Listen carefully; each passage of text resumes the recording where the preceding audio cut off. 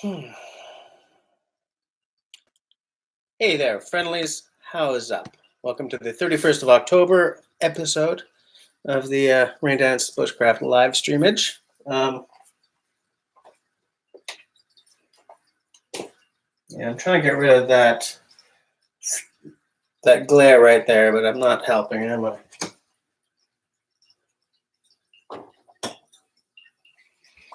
So much better. Hey, Tyler, how is it going, mister? I saw you put up a video. You put the roof on that cabin of yours. I haven't seen it yet, but I'm hoping to look at it fairly soon. So so the family's gone out to do the trick-or-treating magic. I'm here giving away the candies. It's kind of awkward because due to an extreme weather warning, the mayor had suggested that we put Halloween off until tomorrow. So of course half the city went all up in arms. Thursday, come hell or high water. Oh, hold on a second. Allô? Allô? Le traiteur? Oui, il est ici. Okay. All right. Bye. Haha. Yeah. Lots of rain out there right now. It's not extreme weather stuff, but the madame does need this for the squirtling's stroller. So, anyways, so far I've had one kid, and because of the whole "is it Thursday, is it Friday" thing, I don't know how many kids I'm going to get. We'll probably end up getting kids tomorrow as well. So I'm looking forward to figuring this one out.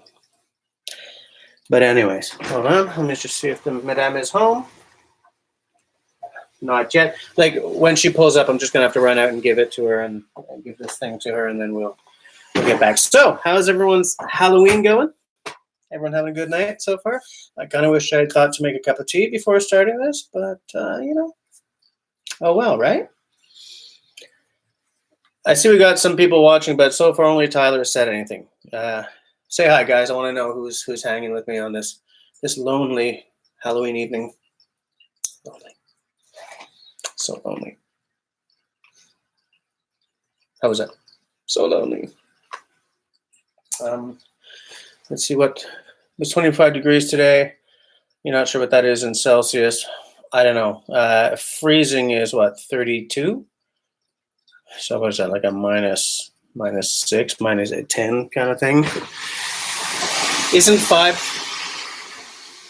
Hey, Scott. Whoa, where'd you get all those emoji, man? How did that? Oh, I see. Oh, man, I'm learning stuff here. Now I kind of feel like I need to throw down an emoji or something to meet you halfway on that one. Activities, where's travel? No, I'm looking for holidays. Objects. Here's one. Here's one for yous. Boom. Hey, Hamza. How's it going? How's it going, Hamza? Just a second. Yeah, so the first kid who came by for candy, he came to the door, rang, trick or treat, and the kid just walked right in. I was like, stranger's house, and the mother was like, come back here, kid. Maybe he was like on the spectrum or something, because he didn't seem to be all there.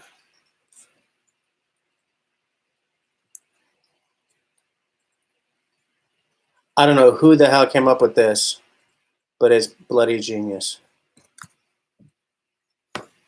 Bloody genius, man. The reason I keep opening the door is to see if the wife is home for the plastic thing yet. And I mean, it's weird getting around here because they've torn up our street for the 6th time in 3 years. Okay, she's here. I'm just going to run out, but I'll be right back. Nobody go. Whoa, Scott. Your wife had her knee replaced. I want to hear about that.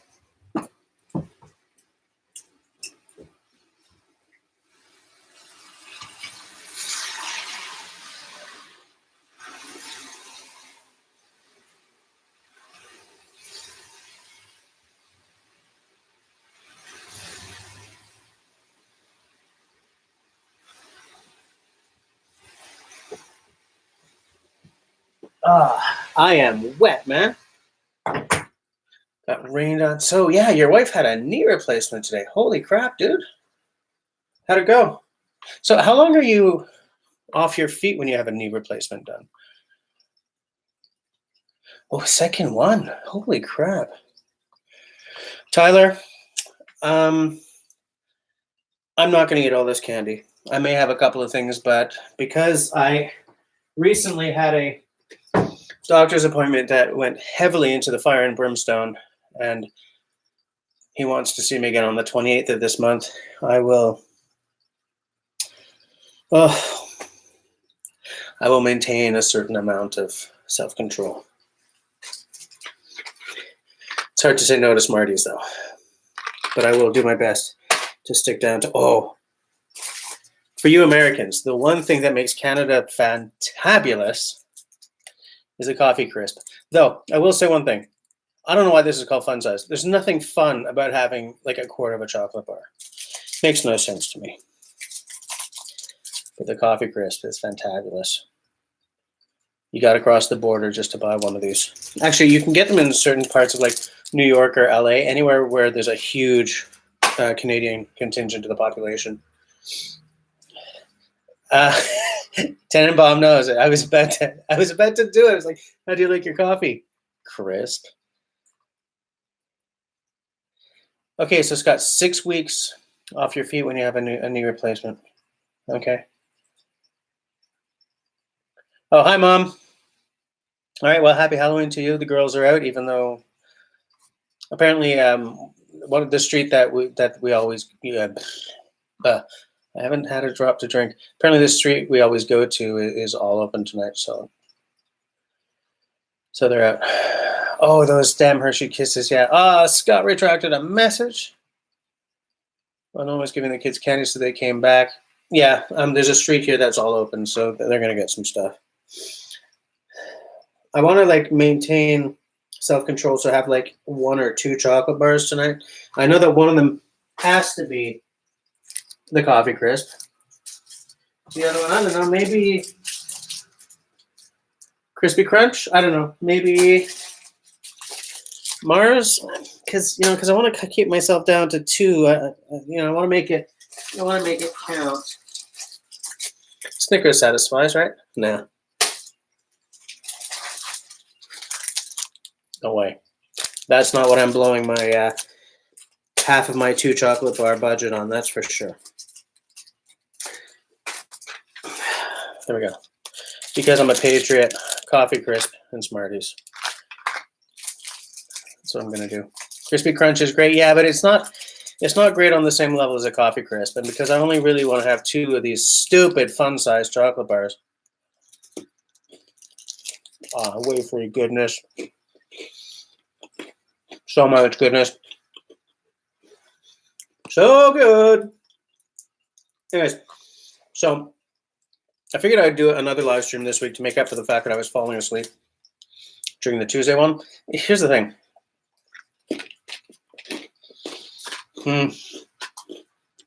I wish that was 4 times as large.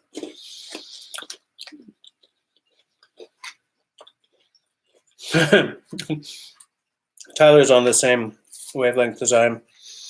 Here's the thing. It's been a really rough week, guys, because I was in a car accident. So I had to deal with insurance, and driving anywhere with the replacement car was stressful because I didn't want to get a scratch on it. And like, I sort of said some of this to Tenenbaum, I think. And the Squeaks food allergies is like an evolving situation, but at least now we have a program to deal with it. So we're at the doctor's office this week, and I'm on the governing board at Camille's school, and something just hit the news about our school that I have to deal with, and I'm like, something, fortunately, that is not the school's fault, but still. And so I'm really tired, and I was sitting in that dark basement, and I had a little booze, and I was just like, boom. So I got off and just went to bed. Scott's right. I got 4 times as large, though. So that's why I'm sticking with my 2 fun size But I've now had them both, and now I'm really sad. Hey, Simone, come over. I'm fully expecting to go downstairs a little later and see that my basement is flooded again. Now, what I did, I to some of you guys, with some of you, I had mentioned to some of you guys that I was worried about how to keep the feet of my workbench dry when I get that little roof stream going through my basement. What I did was I went and bought 2 big rubber, you know, those mats that you put on outside steps. It's like textured on top, no, textured on the bottom end, and then it's like all diagonal channels on top, so that when rain goes in, it just sort of goes into the channels and goes away. Flip those over. I bought 2 of them, and they're both wide enough that my bench fits hook on one. So I laid 2 of those down on the floor and put the bench on that. 2 really heavy bench, guys. That it took longer than I would like to admit. Scott, I'm live streaming on the stairs because I am giving the treats if any kids actually come. I've had 1 kid so far. As I was explaining to everyone, City Hall of Montreal and several other municipalities officially put Halloween off till tomorrow, but half the population is, when I was a kid, this kind of weather didn't do anything, and it's going to be Thursday come hell or high water. It's like, oh, you guys are stupid. But since people are going out, and apparently the good street is all open tonight, my girls are out to get some of that sweet, sweet goodness. So, you know. Simone's sump is starting every 2 to 3 minutes. Yeah, we're going to get one of those installed quickie first go because I'm tired of dealing with it. But we also have to find the crack. See, the thing is, we're going to be redoing that whole basement. I'm going to have a better little office space so that my live streams won't look quite so amateur. And the space will be divided up better. You know, Camille will have a little, like an official little space. The missus will, you know. I'm going to make sure that there's a 6x4 area in there to put to eventually put batteries for like a solar, maybe solar and wind system. Interesting thing about that, here's where it gets all preppery, right? Because you got to have power in case everything goes down. But what made it a real easy sell to the missus is the fact that Hydro-Quebec keeps putting their prices up. And we don't know when they're going to stop. Like it's a nonprofit organization, right? It's a crown corporation, so they're not allowed to make a profit. But they keep, or rather, they keep applying to the government for permission to raise the prices, and the government's been giving them that permission. So, Scott, yeah, we got in NDG at least. I don't know about where Simone lives, but in NDG we got heavily rained on today. But everything was only really slated to start tonight. Like tonight's going to be big, I think. So I don't have any beer. I don't have any whiskey. I don't have any tea. It's okay. That's all right.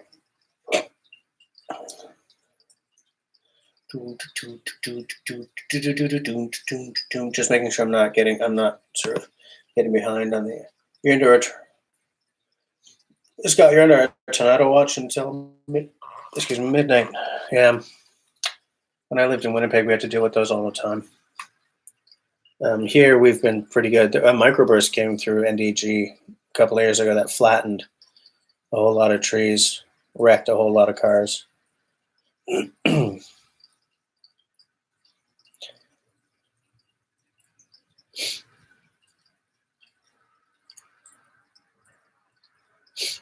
Yeah, Simone says the Hydro-Quebec is a crown corporation that sends $2.5 billion in profits each year to the Quebec government. Yeah, well, that's why they, you know, that's why the government every now and again actually lets them raise their prices, right?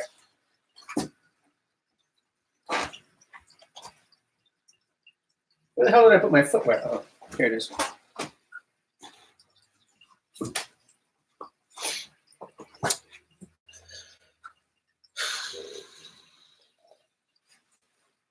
Yeah, I don't remember where Scott is. I don't know where Scott is. Hey, Tenenbaum, how's the weather up there? Are you getting cold over there yet, man? Because it is not. It was like still 10 degrees. I was shooting tomorrow morning's video. Man, this is a rushed week because with all that stuff I was telling you about, and I was like, oh my God, I don't have a video yet. So I went out the backyard and did a quick one. I'll edit it tonight, probably go to bed at 4 or something. But where the hell was I going with this? Oh yeah, but t-shirt, man. T-shirt. End of October. Tomorrow's the 1st of November, and I was outside in a t-shirt.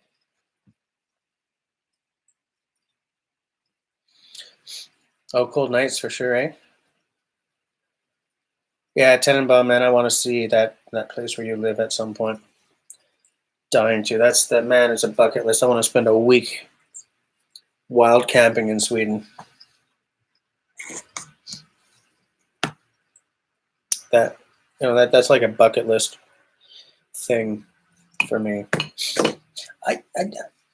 Here's a question that I kind of wanted to ask on a more formal live stream, but what the hell? We're all friends here. How many of you guys have multiple bucket lists? And do any of you have bucket lists that you don't mind sharing with all of us here? Because I have a lot of bucket lists, and I used to carry some of them around in my wallet. I think I've said this to you guys before. Like I have, I don't really justify it anymore, but I used to have a bass guitar bucket list, like 10 bass guitars that I want to own or play before I die, kind of thing. I had a more general bucket list,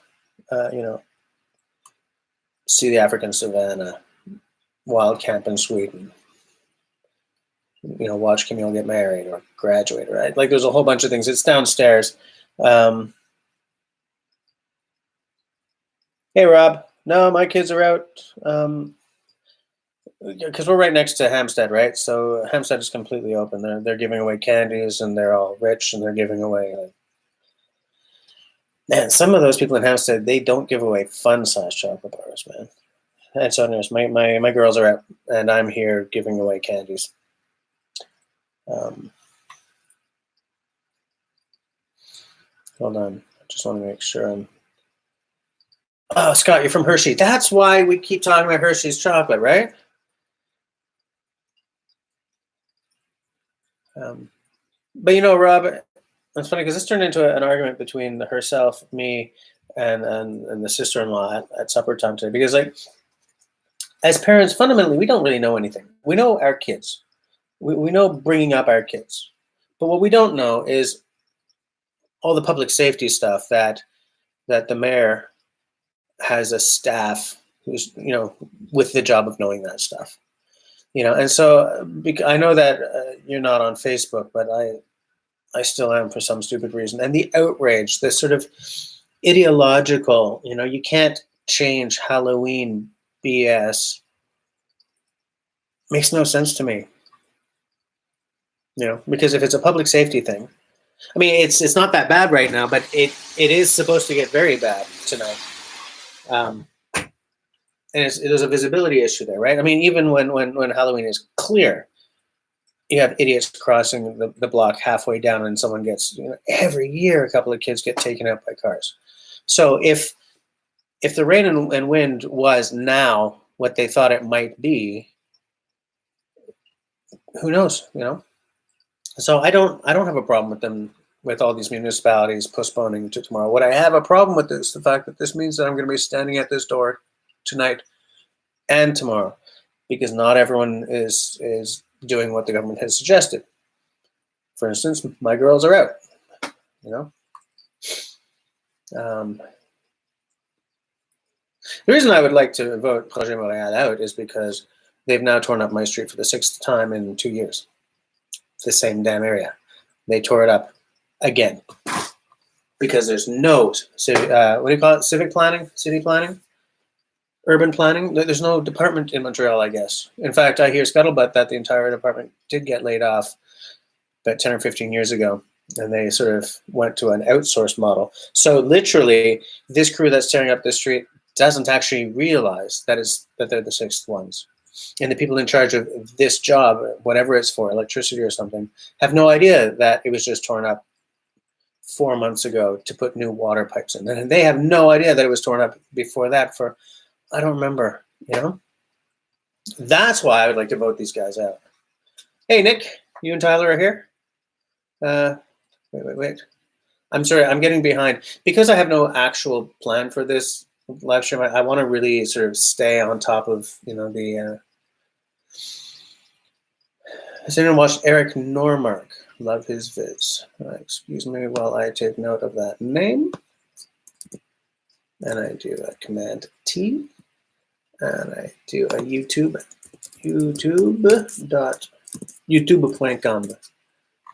And then in the search bar, I post Eric Normark. Ooh, he shows up a lot. Carving a new cook's. Do I know this guy? Judging by these thumbnails, I'm going to go out on a limb and say this guy knows his way around the camera. If the videos are as good as these thumbnails, I think I'm going to be subscribing to this guy. Because if Scott, if you love his vids, that's oh, and Simone loves and Tenenbaum. Great cinematography and beautiful places. Okay. Oh yeah, there's Nick and Tyler. Nice to see you guys. I will check him out.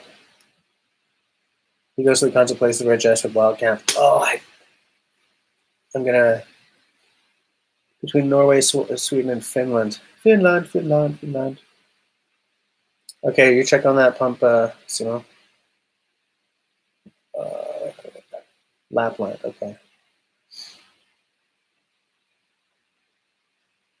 Hey, Jackie's here. How's it going?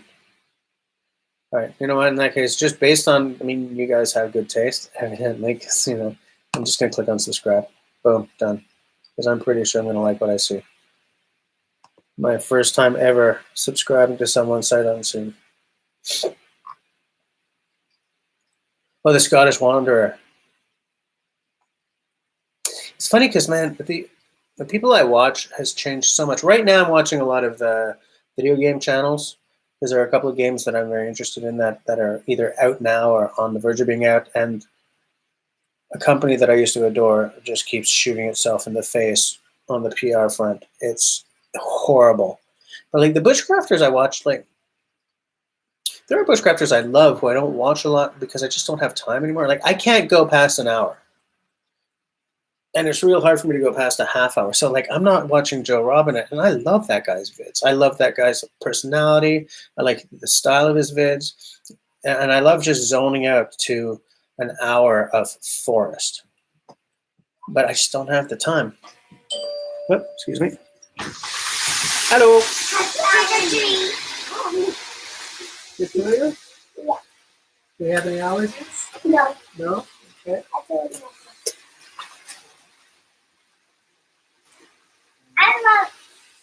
You want the Smarties? Yeah. You want Smarties too, or are you okay with it? All right. All right, bye. Bye.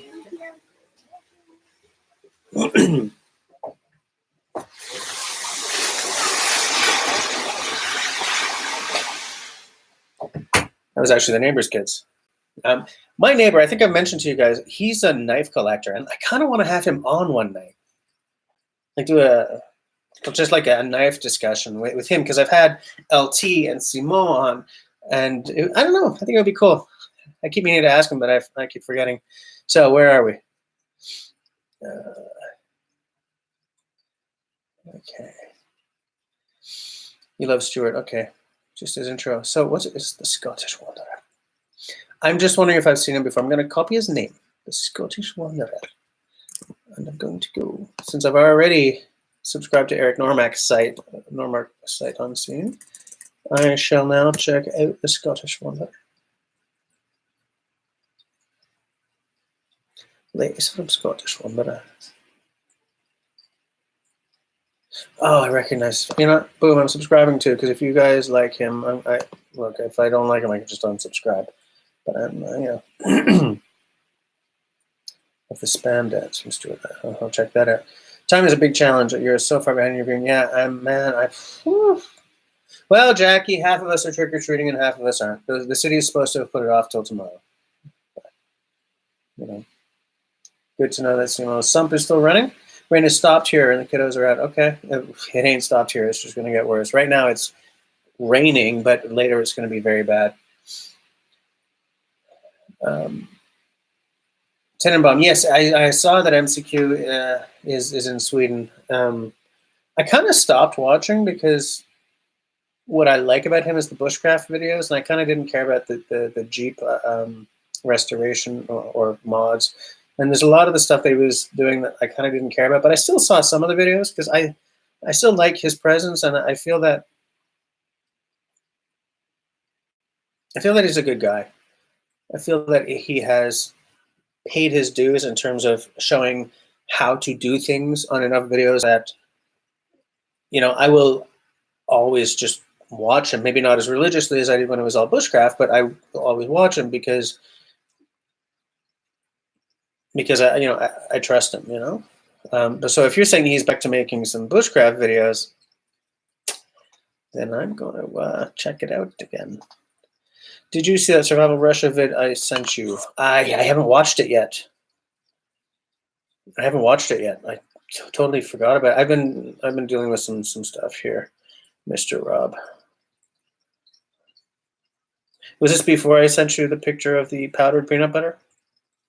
Oh no, you sent it by email, right?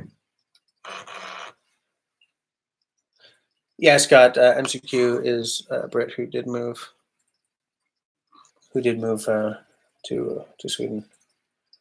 Hold on, I think my guitarist is. He just sent a message. Wayne Gretzky and chocolate bars are working out okay over here. So he's having whiskey in hand and chewing on chocolate, I guess. Simone just put a wait, no, don't leave.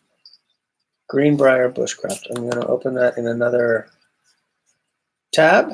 It is now open. I'll watch these guys, make some decisions. But I don't even watch everything by My Self-Reliance anymore, and I love his channel. I zone out, man. Even more than Joe Robinette, that guy is like visual comfort food to me, man. I just click on his video and just, life is beautiful. But I don't have time. I'm watching his other channel, the Sean James channel, just because those are shorter. I really like that guy. And he talks about some stuff that's kind of interesting to me. Like, it's a whole different channel, it's much more sort of discussion based. But man, I have a real hard time going past about a half hour. A real hard time. Greenbrier Bushcraft is just starting. He's really hardcore. How many subs does he have? Should I be doing a channel shout out if I like his stuff? He's already at 20.1K. Whoa, look at that avatar, man. When you say this guy's hardcore, you mean this guy looks like Fabio. Did I just date myself? Or are you guys old enough to remember who Fabio is? He got hit in the face by a goose on a theme park ride.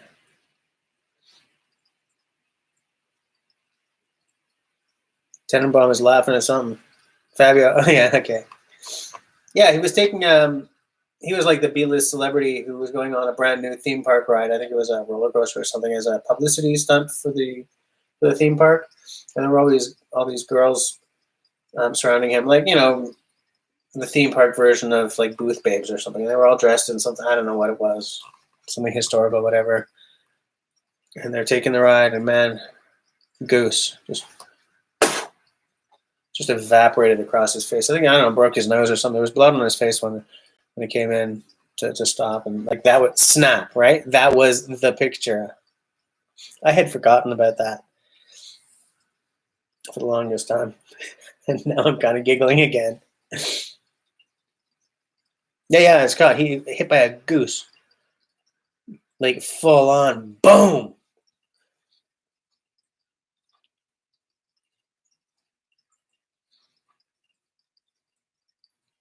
Like, can you imagine that? That became like after you had this career of being like a cover model for like steamy novels and blah blah blah blah blah. Like your legacy is getting pounded in the nose by a goose while you're on a theme park ride. You can't make this stuff up, you know? I think it was a roller coaster, yeah. I'm pretty sure his face was insured. Are you kidding? These guys? These guys have. It's like, what was her name who played Daisy Duke? Her legs must have been insured because if her legs ever went, she would have nothing left. You guys know who Daisy Duke is, right? I'm not dating myself. I was about to eat a chocolate bar. You gotta be vigilant, guys. You gotta be vigilant.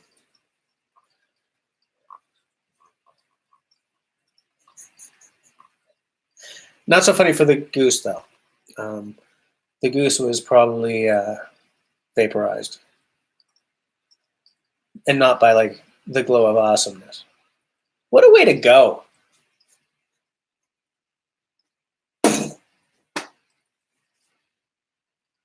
This event is like the gift that keeps on giving. It doesn't get any better than this. Not for Fabio, definitely not for the goose. Oh my God, not for the goose. But, for those of us who are not famous or rich and who schadenfreude the hell out of stuff like that, it's a beautiful, beautiful thing.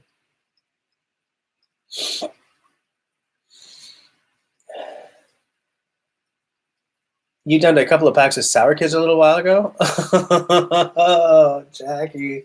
No, I can't do it because I'm a fat bitch, and my doctor is really ragging on me. He's all like, if you want to be there to see your kids graduate. Here's an interesting thing. Why would you ever have M&Ms when you can have Smarties? This is clearly the superior version. I don't think M&Ms do it right. I mean, they're tasty and blah blah blah, but no, the Smarties, the flavor is just a little more on fleek, as the kids say. They probably don't even say that anymore. Let's face it.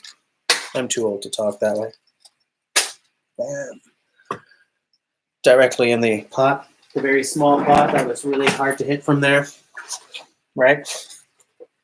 That's accuracy, guys and girls. That's accuracy.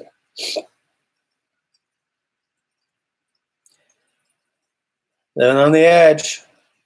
Greenbrier is in West Virginia, though he channels Scotsman very well. Okay, I'll check it out. I'll check it out. Ugh. My Self-Reliance an hour ago put up a new video about the sauna. The sauna. Yeah, there's Tyler Wood. 5 hours ago, put the roof on his cabin in the woods. Got some stuff to watch. You know what I'm saying? Later, I also have to finish cleaning up the kitchen, which I will not have you guys watch.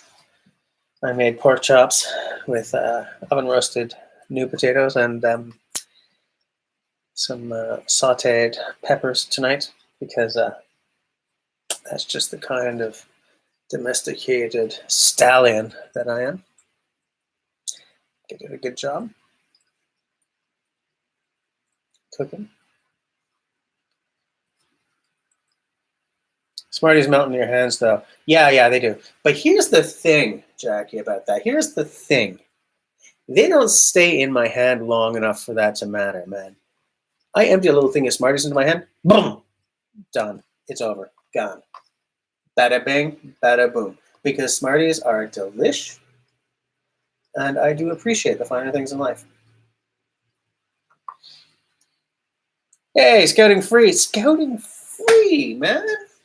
I'm finally on early enough that you can actually be in one of my live streams. See, here's the problem, guys.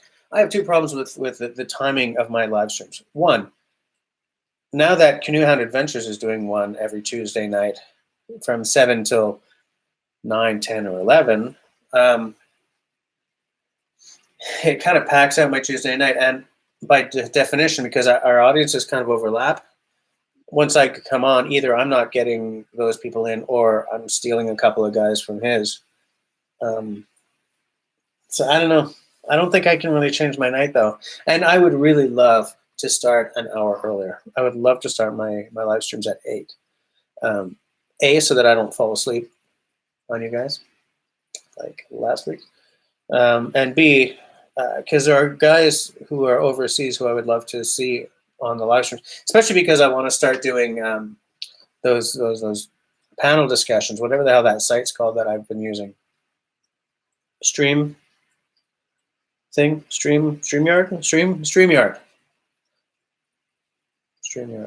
Yes. StreamYard. Yeah, exactly. Hold on, where the hell are we? Anyway, so man, Scouting Frame, glad to see you here. There's probably no one here. Well, that's a terrible thing to say. You know, when I started, well, when I went to school, I went to school for film, but because my degree is in communications, there's a whole lot of being on camera, writing for radio, this and that. And one of the things they say is never, no matter what you're doing, never assume that everyone in your audience knows who someone is. And I made that mistake when I had a live stream. I was like, oh man, everyone knows Descartes. Or I think I said, it wasn't Descartes, I think it was Feynman. I said, because, you know, come on, everyone knows who Feynman is. Whew. If ever you want an audience to be pissed all the way off at you, do exactly that. So, those of you who don't know Scouting Free, he's got a great channel. Check him out. In fact, man, I can't wait to try that trick that you showed about putting like multiple pegs or like multiple tie-off points to keep your tarp up in windy conditions. I can't wait to try that, man. That was pure bloody genius. Domesticated stallion. Oh, the bathroom? It's over there. Come on, guys. Right? M&M's don't melt in your hands. Nope, they don't. But they also don't have as much flavor as the beautiful Smartie. Do Smarties available in the U.S.? No. Well, they're all backwards down there, right? Because what they call Smarties, oh, damn it, I've eaten them all, is what we call rockets. Because they're called rockets.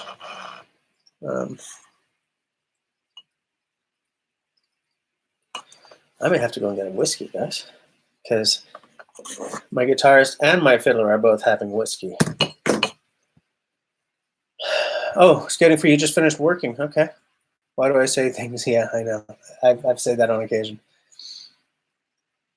Oh my God. Hold on. I lost my place. I'm trying to keep up on Scouting Free because this isn't a like a planned live stream. All I'm doing is really just talking with people. I don't have anything specific to talk about. Okay. Dude, brother from a different mother. Hey, Jackie. It's a good week for us as you've changed your clocks already. Really? Time difference is 1 hour less until we change this weekend. Rats. So I should have done like a live stream every night, Tenenbaum.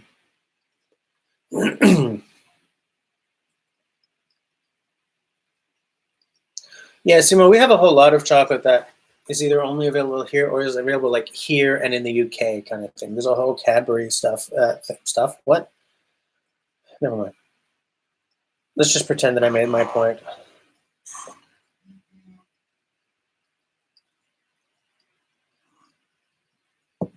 Hold on, man. Everyone's suddenly texting me. I'm like, come on, guys. I'm live. I'm on. Even Robin's having a drink. Guys, I'll be right back. I'm going to get whiskey.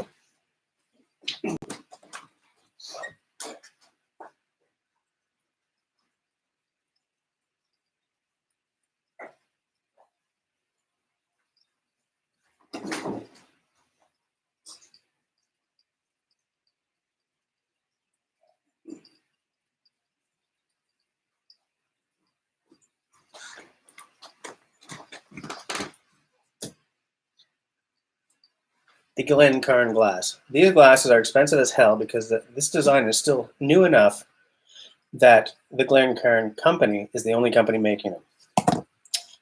So once that trademark or whatever the hell they call it, patent is done, I look forward to being able to afford these. The scotch for tonight. Simone just retracted a message. The scotch for tonight is the Salt and Vinegar Kelp by the Scotch Malt Whisky Society. It breaks my heart that I'm already down to there, because I will never be able to buy this bottle again.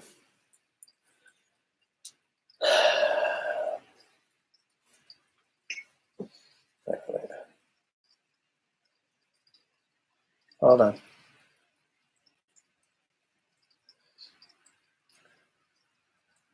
Shots fired. He's getting free rocks. Yes, Jackie knows.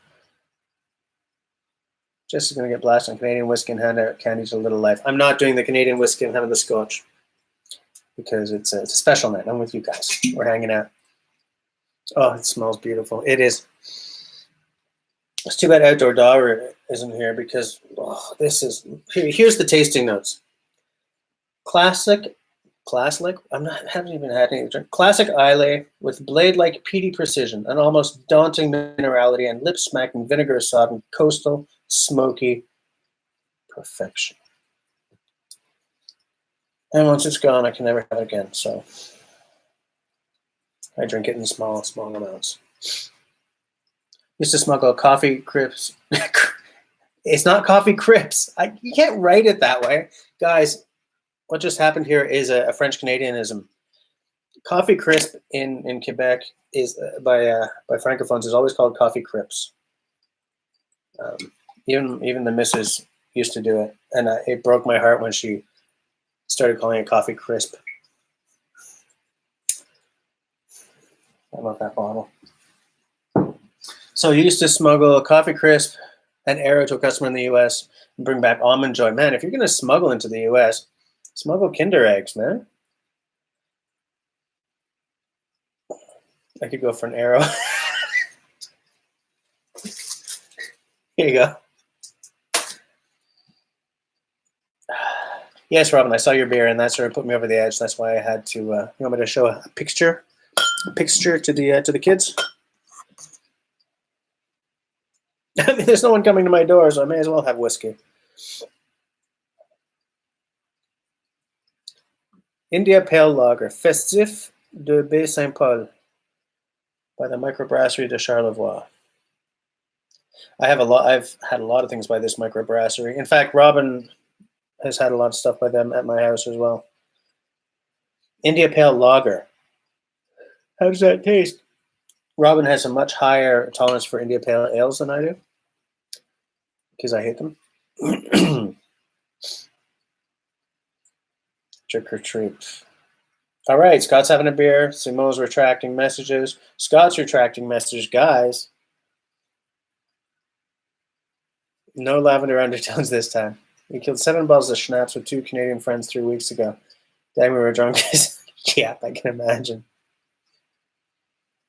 Go to USA, bring back combos. No fruit and beer. Yeah. All right.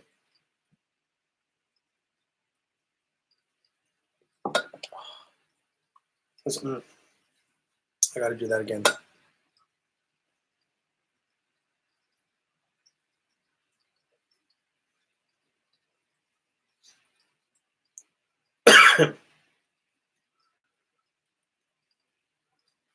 If you take a sip and you roll it to the back of your mouth before swallowing, it's completely different than if you just sort of take a sip and swallow.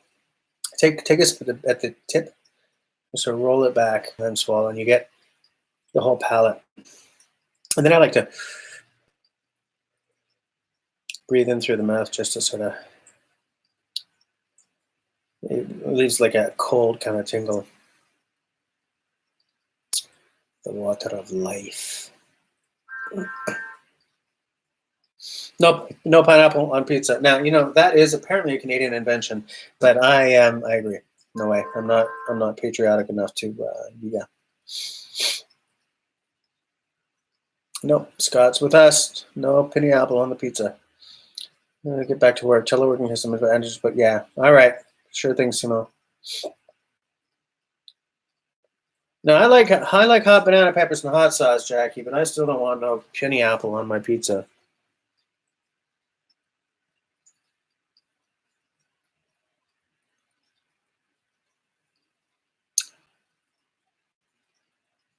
So good. So good.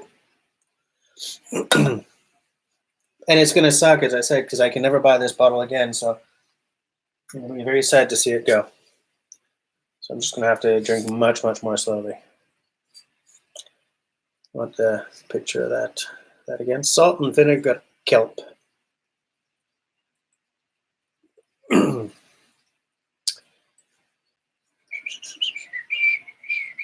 My time frames won't like that. Doorbell. Okay, Jackie. Time for a bass ale.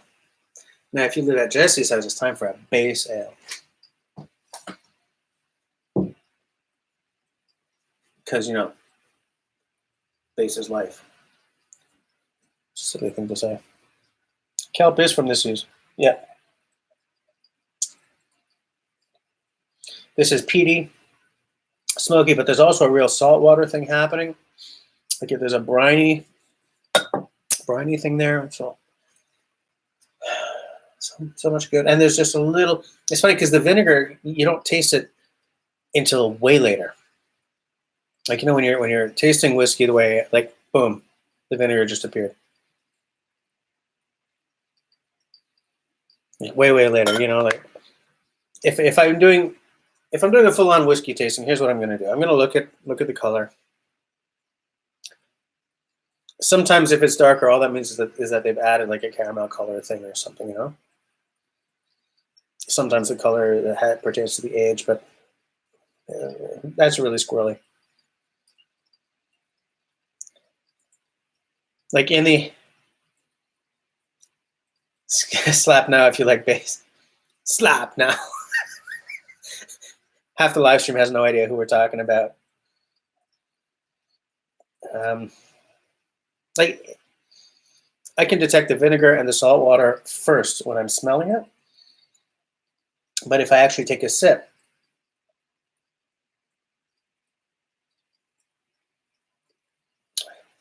the vinegar doesn't hit until like 15 seconds later. First thing is the peat and the smoke, then comes the brine, and there's the vinegar. Some people like look to see, you know, if it's got legs, right? You know, they'll do this and see if it's got like, which this does, but really all that tells you is what the sugar. Oh yeah, that vinegar is really hitting in now. Yeah, Davey 504. I watched a lot of that guy. Oh. Hold on, guys. Hello. What's up? You're alone? Here, take a lot. No, hold on. Take a lot. There's no one else coming. So. Here you go. Good night.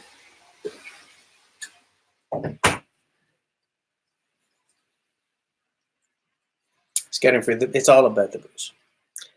It's all about that booze. Because of this, these evolving food allergies that the youngest daughter is under, I've been washing my hands before I touch her.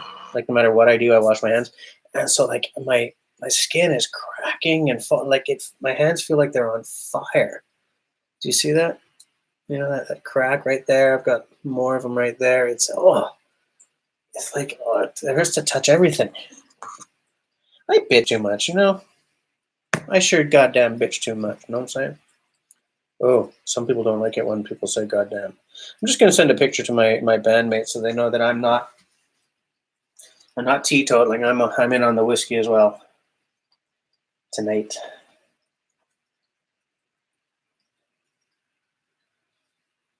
Boom, baby.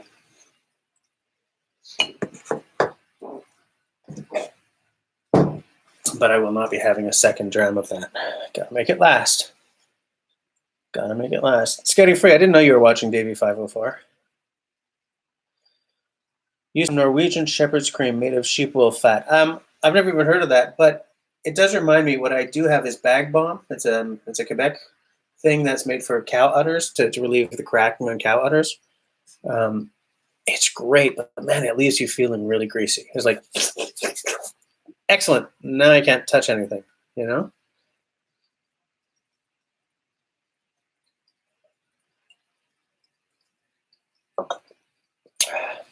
That was not a selfie, Scott. Oh, it's so good. So much good.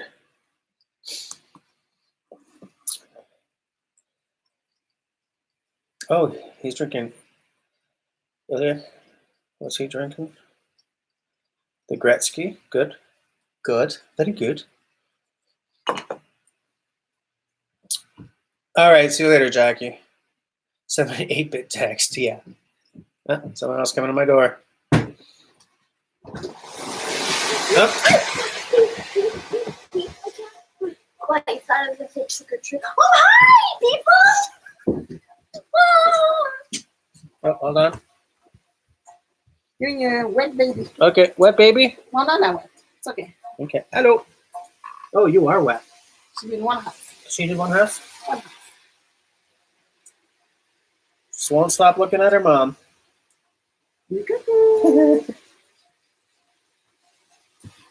Hello.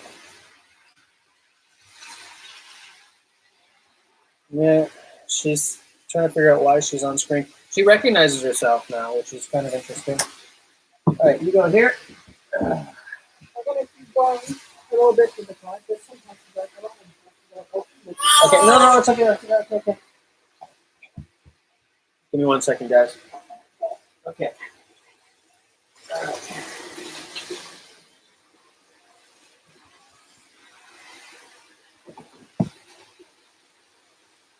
Je manger 2 chocolate bars. Yeah, they said yeah.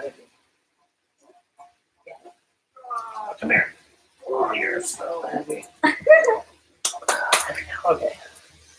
What are you guys doing today? Get out of here. Salvador, bye-bye. Get your damn boots on. Where are you? Bye. Well, this got awkward fast. Bye, people. Get. This is my little sister. Bye. Bye-bye. Oh, God. Wait, put them on, for God's sakes. Hi, my name's Jess. I got a baby. A burping baby. I think she just finished her bottle. No, where was I?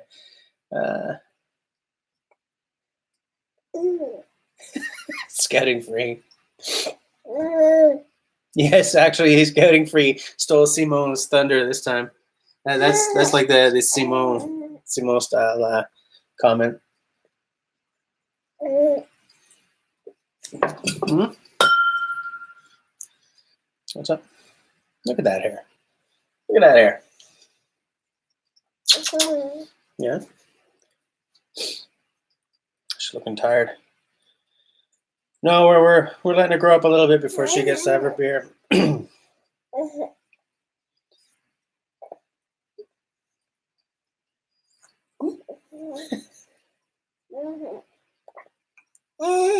Okay. Anyways, okay, that's all right.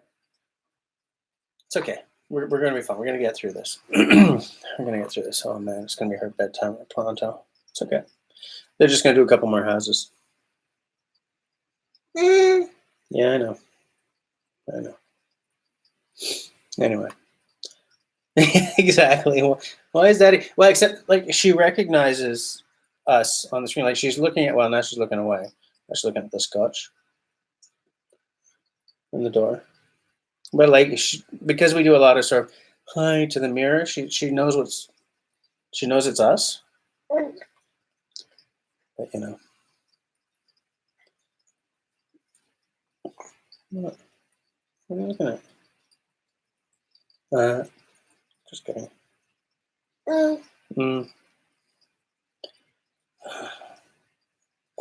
Yeah, I know. Where was I? What were we talking about? Somebody get us back on track here. What the hell was I talking about before this happened? I know. I was talking about, okay, we'd already had the Fabio and the Goose conversation. We'd already talked about the weather. What?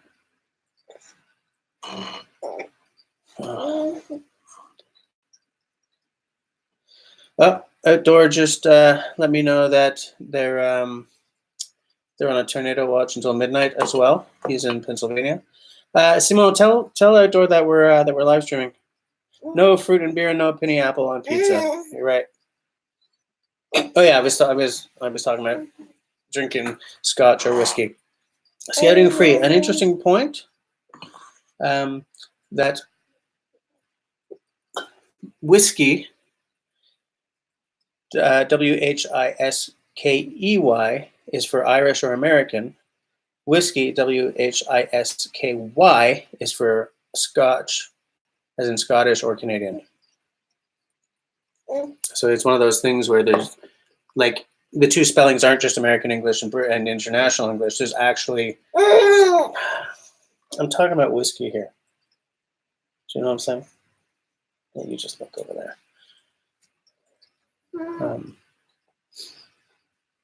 Which was very interesting. So I don't have a lot of whiskey with the E. I've got, Jameson, but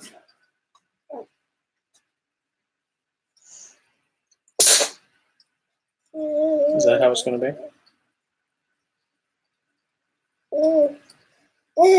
I wasn't really planning on having the baby with me. Oh, nice catch. Want it back? Yes? Okay. But anyways, I'm not gonna keep blithering on about whiskey. I mean, that's only interesting to people who are into it. Tenenbaum knows where the word comes from.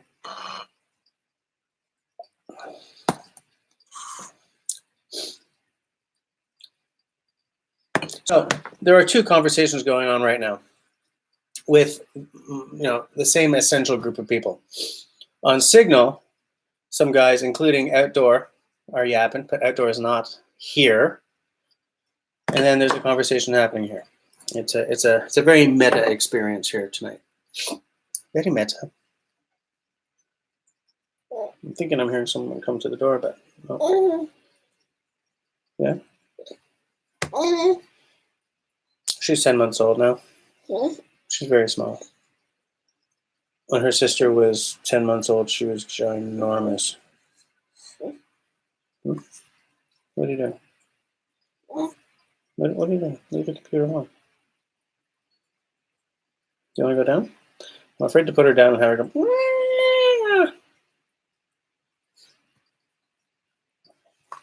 But yeah. So whiskey, good old whiskey, good old beer, good old whiskey. Last night I had a gig at the local, at the big name Irish. Released the baby to scare the Halloween kids away. Yeah, because she's so terrifying. And she's terrifying at 3 a.m. when she just won't shut up, though. Holy crap, dude. Whoo! Daddy getting better at that capturing the stuffing stuff. What? Why do I speak? Hey! Outdoors here. How's it going, Hattie? What? That made no sense. Yeah. I'm getting a smile. Yeah. Yeah, everything was great, and then suddenly the girls came in and deposited the mini-me with me. Oh, she wants to go down. Okay. Oh, no! You dropped your Seuss right into the chocolate. There you go. Nope. Okay. Okay, that's fine. It's all good. Oh, man, she's trying to figure out what all those colorful little packets are. Was this a mistake, folks? Was this a mistake? Yeah. Trying to sew up a stuff sack for a bush pot. Which bush pot do you have? You got one of the zebra, the billy cans, right? Am I right about that? Because you don't have a Morris pot, do you? She grabbed a Mars bar. How do you call that thing that the babies always have in their mouth in English? There are two words for it. The official term is a pacifier, which makes it sound like a gun, if you ask me. No, I don't need emoji. Pacifier or Seuss. I don't know how the hell to spell Seuss. No, that's sus. And that's Suze.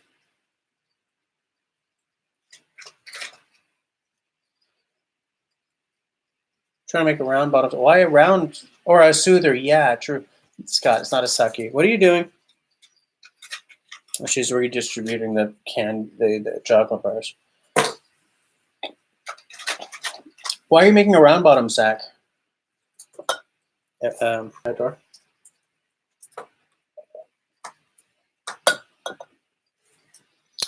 Sit them in front, roll it back. So much goodness.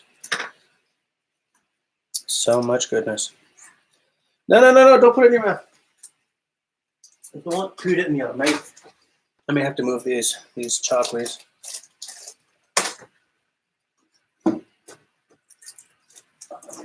I'm gonna see if I can get away without moving them because Schnuller. In fact, the ones that we buy for Clem are German, by the way. The packaging is in German, and then in English, and then in French, and then in Japanese, and in Spanish. You're making an unholy mess down there. Maybe I would call you Schnuller.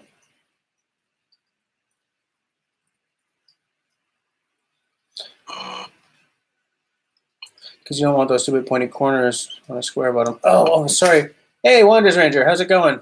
Sorry, for some reason when you said round bottom, I thought you meant like this. I was like, what the hell?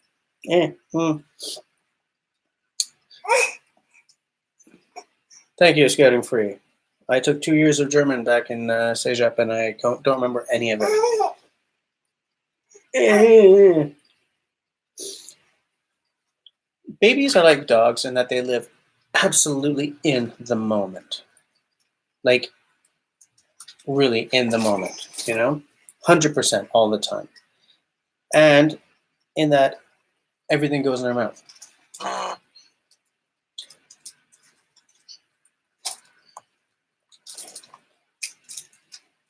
Now she's putting all the chocolate bars back. Oh, God, she's going to have OCD, isn't she? Try watching an LS on one phone and a tutorial on the other. Yeah, no, there's no concept of time. No. Wonders, I'm okay. It's been a really rough week. Like I'm feeling exhausted, physically, emotionally, intellectually, but we're okay for now. You wanna? Okay. Wow.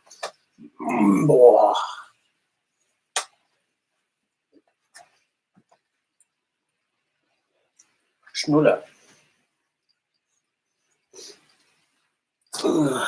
One for travel, one for home.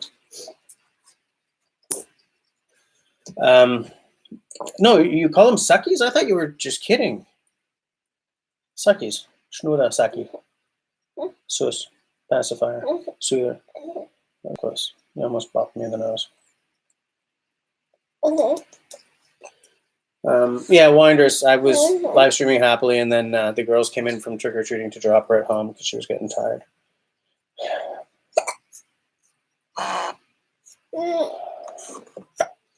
Meanwhile, Serge and Simone are blowing up my phone on the signals.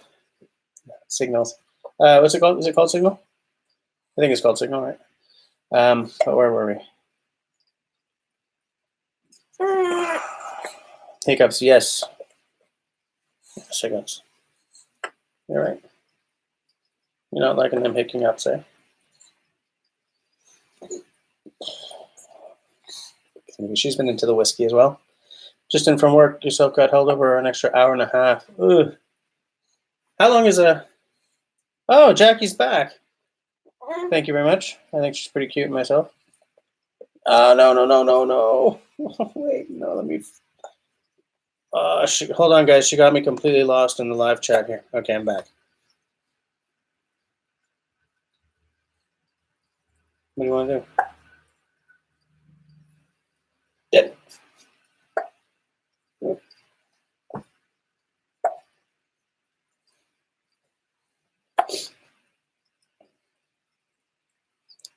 She wants to play with the chocolate. So where were we? So Wanders, yeah, an extra hour and a half. That can be a bit of a drag. Is that? She's always trying to share this thing with me. I don't want it. Here. No, no, no. Stop touching the keyboard. Okay. No, she didn't get any of the scotch, but have I started building her a birch knife yet? No, not yet. But for as long as it takes me to do these things, I may as well start now, right? Have it ready for her by the time she's 16 and ready to get out there. I was listening to the Paul Kirtley podcast today, and he, I'm not finished it yet, and he was interviewing Kevin Callan, the Happy Camper.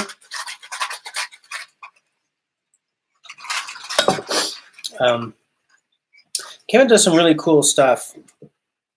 One thing is he takes kids who are at risk on like a bushcraft or a hike, like 7 days kind of thing. And he's telling some stories from that. What are you doing? What is going on here? I got an idea. Hold on. I got an idea. Come here. I know. Oh, I know. Okay. Here. What do you think? Do you want the blanket? No, I think you do, right? Leave the Smarties alone. Ma'am, put down the Smarties. Can I have the Smarties? Can I have them? Can I take them? Can I have the Smarties? Or is that going to start you screaming? Yeah. Oh, no. She's really, she's into them Smarties. Yeah, her sister is a big sharer as well. Oh, here we go. Yeah. So like he's telling these stories, and the Happy Camper's got a lot of really funny stories. But some of his stories, like the way he tells them, are kind of light and funny, but the stories are really poignant, you know? He was... All right, see you later. See you later, Mark. It was really, really good to have you on one of my live streams. I was really glad to see your name. But have a good night. But because, you know, like, Happy Camper's been doing this for like 4 decades now or something, you know? And when you've been doing something that you love that hard for so long, you end up with some great stories, like some funny ones, some not so funny ones, some terrible ones, and some that are really, really poignant. And he's got a real ability to tell a really poignant story, but not make it come off as heavy. And I don't know if I would have that skill, but I would like to have it. I also, you know, like I was listening to these guys and just, you know, they're both having such hard lives. Just kidding. But they're both, you know, living the dream, you know, in a lot of ways. None of them are rich, but they're both clearly happy guys, like professionally happy, not only personally happy. And I wish I had that, you know. I wish I'd taken the outdoors more seriously much, much, much, much younger, because my life would be very different. I was thinking about how many things could really change the course of your life. I think in my live stream, before I fell asleep, I was talking about the fact that when I was born, I was almost named Zachariah, but the thing that saved me from being named Zachariah was the fact that my parents had a cat named Zach at the time.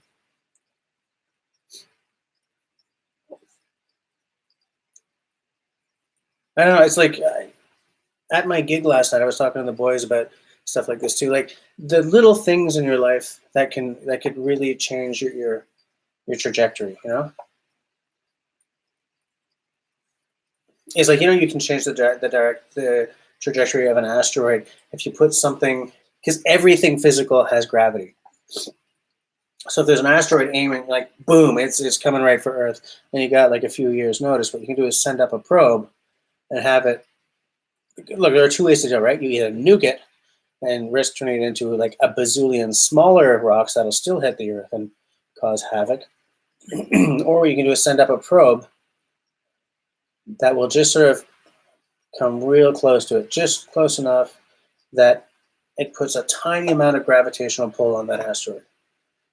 So that over the course of God knows how long, it'll change its trajectory just enough. Because if you change a trajectory by this much, 30 million kilometers away, right, it just sort of keeps widening, right? So you don't need, it's what, what's an bad astronomer, Phil Plait, called the velvet glove, Instead of hitting it in the face with a nuke, try the velvet glove. Because, you make a tiny change 30 or 40 million kilometers away, and you've probably saved the planet. Because of how changes like that, I wouldn't say they're exponential, but it keeps widening and widening, And I sort of see something similar to that happening on the personal level as well. A little thing like your name's Zach instead of Jesse, so you never ever have to deal with having been called Messy Jesse or Jesse James. Well, but maybe there's something else that for a Zach kid. I don't know. But like, how do things like that affect you growing up? Because when you're kids, first of all, kids are cruel and kids are fragile. So how big an effect could something that small have on you later on in life? I don't know. It's all just a thought experiment for me. How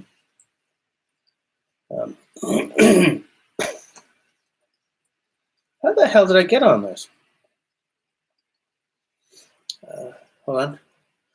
Sensitive dependence to initial conditions, as Ian Malcolm would say, if it is a chaotic system. Well, do you think it's a chaotic system? I think it might be. Do you like the idea that a small difference in the further past might mean a lot over time? I think it does. And it's it's a philosophy I've come to through my very deep interest in physics and astrophysics. And just that concept that you move an asteroid like 3 millimeters, 40 million kilometers away, and because of how it changes the curve of an asteroid's orbit, by the time it gets to Earth, it doesn't smack us in the ass. It swings by behind us or in front of us,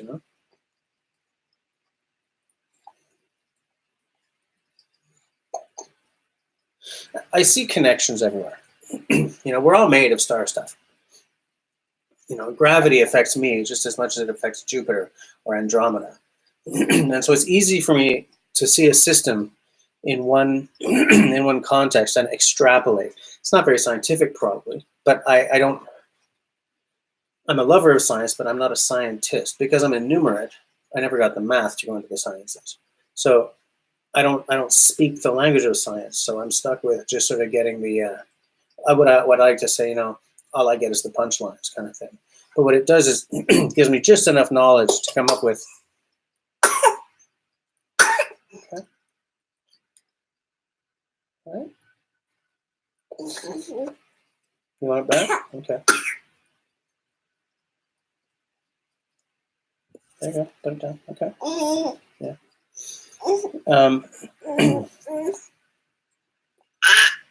So like I see connections that may actually have no scientific basis. What? Ugh. Okay. Okay. All right. See you later, Jackie. Thanks for hanging out with me for a while. Tenenbaum, I think you're in academia somewhere, right?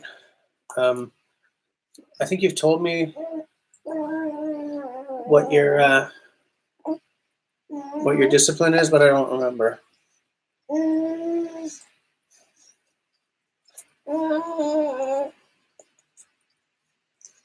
Man, you are cute. It's okay, I got it. I'm gonna put it right here, okay? No? Okay, you want it? Physical geography. Okay. Oh yeah, we've had this conversation. I'm very into geography, but I don't. Am I into geography, or am I more into geology? I see. I don't see them as being as. Well, I mean, they're not the same, but. Really?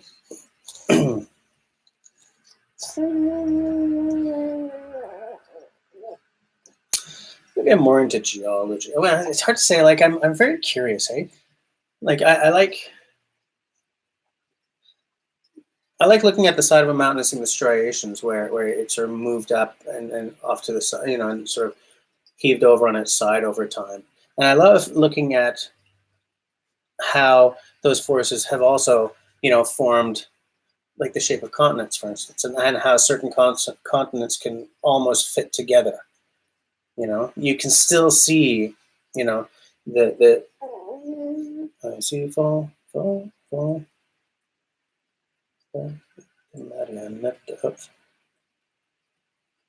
remember the rest of the movements. Like how you can see the bones of Pangea sort of in the lines of certain continents. Like it's kind of like you don't get one without the other, you know? And how that sort of affects even climates, right? If you don't have the Himalayas, what's the climate on either side of that mountain range like, right? Because does that change airflow hugely or not, you know?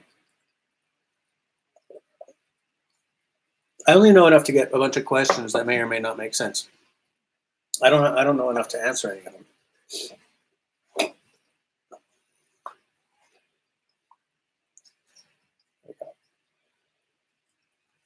Well, decide whether or not you want it, man.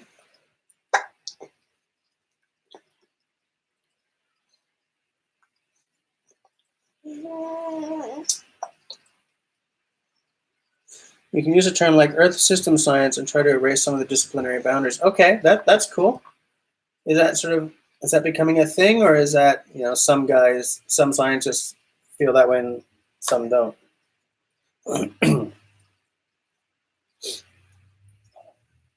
Because it's a good concept as far as I'm concerned. I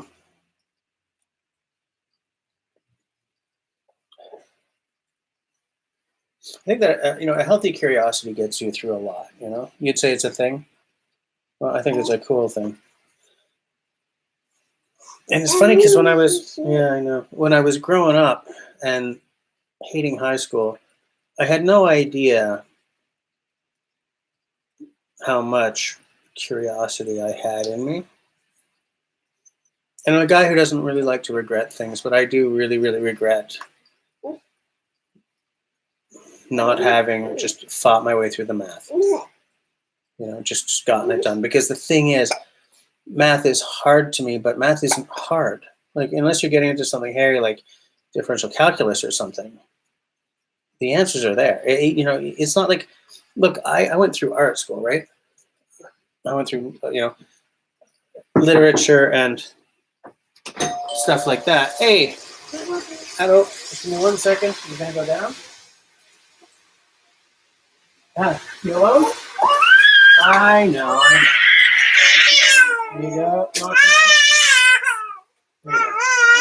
Good night. I know. Hello. There you go. Have a good night. Happy Halloween. She does hate being put down. Now back up. Hold on, let me get your suits. Yeah.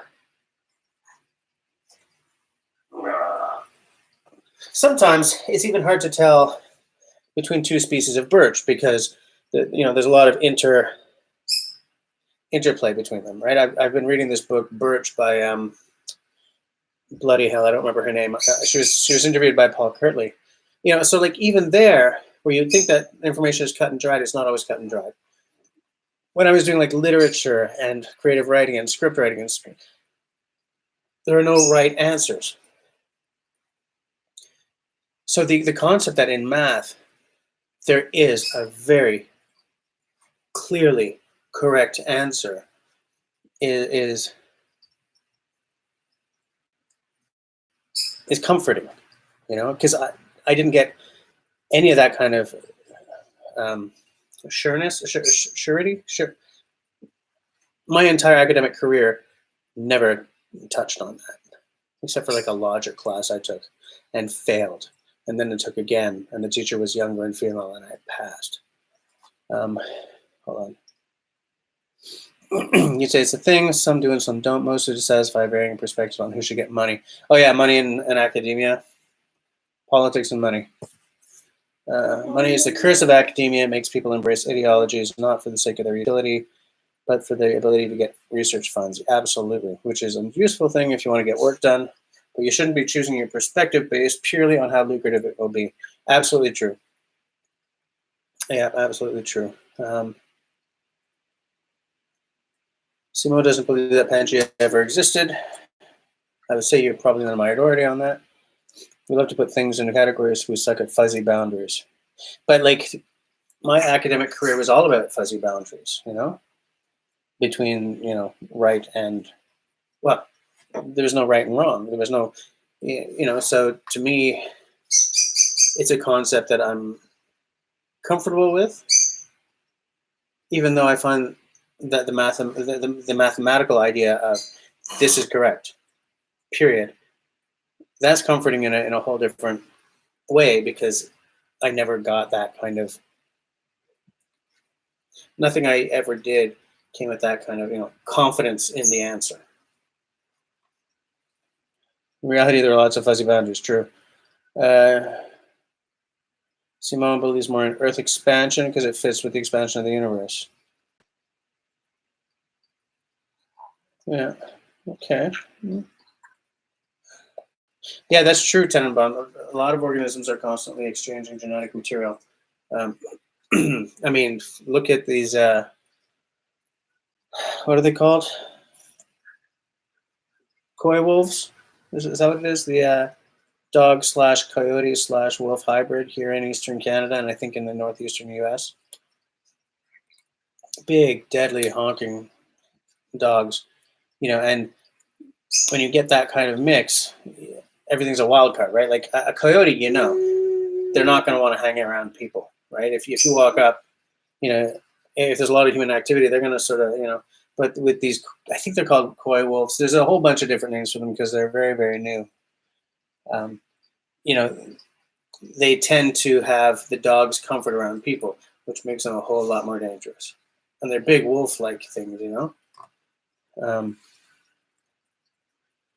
The red wolf, some are calling it. Okay, I wasn't. I know that there's a bunch of names for it, but that is it called the red wolf because of the Can I start that sentence again? I'm going to start that sentence again, all right? Is it called the red wolf because of the coyote coloring, the coyote genes?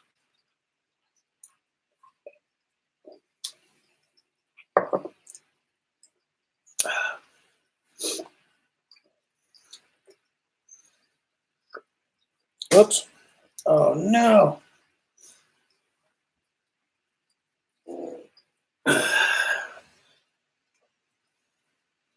Really?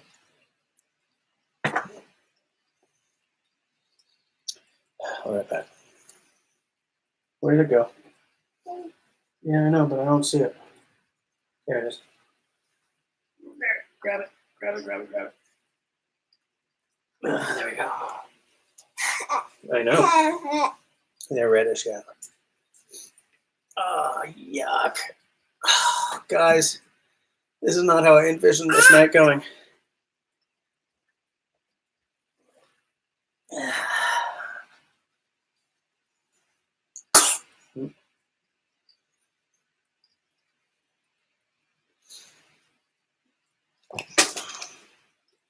I'm writing the chocolate bars. Never mind, we're putting that there. I need to call the child protection agency. No way baby should be unhappy like this. I know. I know. She's clearly troubled. There we go. Oh, really? I'm not going to let her see that. Oh. Just put it on the computer. Just put it on the computer. Thank you.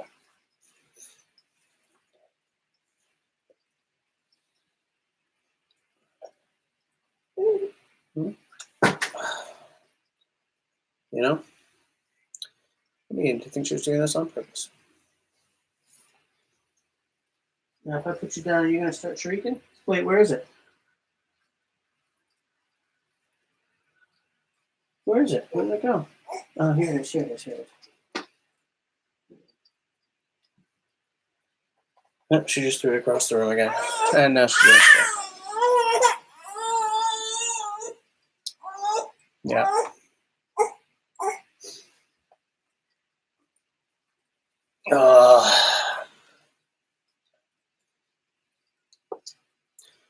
But anyway, but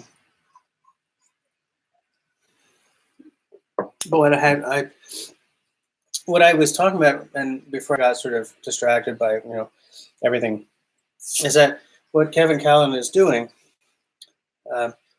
working with kids who are at risk and dealing with like addiction and stuff, I think is very cool because we tend to write these people off. I'm trying to make a point here. We write these people off and we forget the fact that even an utter miscreant is still a human being. There's still something alive. There's still someone who's dealing with crap.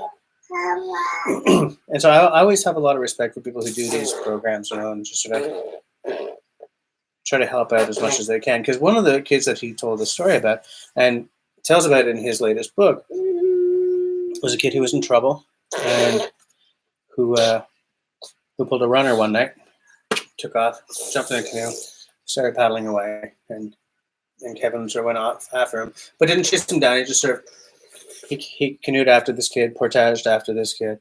Then when the kid sort of hunkered down because a storm rolled in, Kevin said, "You're spitting all over me." Went in, set up a tarp, didn't even say a thing, and then just sat down next to him. And then when the sun came out, said, "We got to go back." And the kid said, I know, I messed up. And he got to talk to this kid, and the kid said, "What drug are you on?" And the kid said, "Ecstasy." And Kevin was like, "Ecstasy? Who the hell's on ecstasy? That's a party drug. Why are you doing that?" And the kid said, "Because I messed up, and it's all I have access to." And then he sort of, I'm simplifying this, but what he said is that this kid, after that trip, went through like a junior outdoor leadership program, and will you stop? Will you stop? Where did you put it? And like is now and now leads groups of kids who are at risk. And so it was a really nice sort of full circle thing. I don't know where that Sue's went. Oh, there it is. So it's a really nice sort of full circle thing, And if you can save someone, only someone who's addicted can save themselves from addiction. But if you can be one of the cogs in the wheel that they use to roll themselves out of that, then that is fundamentally worthwhile. That is fundamentally worthwhile, That's the kind of power that I could only ever dream of having. I don't mean that in the, mold the world way. I mean that in the, you've done something. You haven't done the whole job for them, but you've done something and you've helped someone. You know that you've helped a human being. That must feel amazing,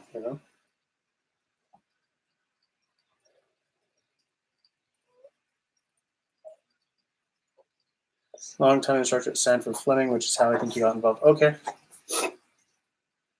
Okay, that's interesting, yeah. There we go. I think we're getting tired. This is way past your bedtime, but I'm still waiting for kids to show up at my door.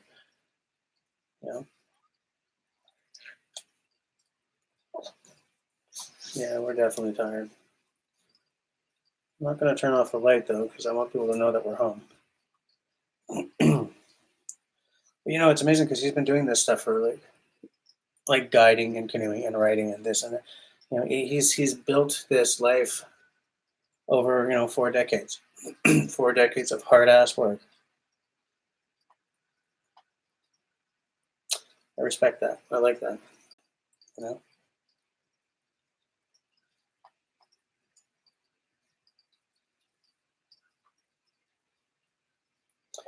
The most ideal thing would be if she would just go to damn sleep. Just go to sleep. Let's go to sleep. She's gonna fight it. I hate it when she fights it. But well, Tenenbaum, when I was on the first group discussion I was on at the Canoe Hound live stream with him and Pine Martin, I was complimenting him on his yes, he did go through a hard spell, and his wife did leave him.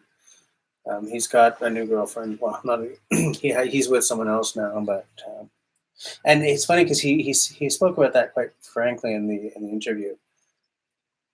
And it's funny because he's Casey the happy camper, right? You never see him not happy,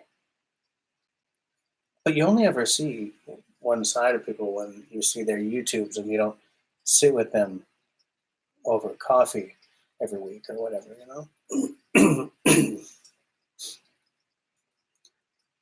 And part of you thinks, well, why would anyone ever leave him? He's such a nice guy and everything, but we're all human beings, right? Like, we all have bad times and good times, and let's face it, sometimes you just grow apart. I don't know. Anyways, he challenged me to write a guide on finding crown land in Quebec. So I've restarted my my online research to find like a crown land map or atlas. And I think what I'm just going to have to do is start writing letters to people in like the natural resources ministry here and stuff like that. Because here in Quebec, we clearly need something like that. We need a guide of some sort, or a website of some sort that says, here's how you find it, or like, here's a map with all of it, marked out. Because Ontario has resources that are online. Why the hell doesn't Quebec? Aside from the fact that we don't do anything right here. You getting sleepy, Squeaky?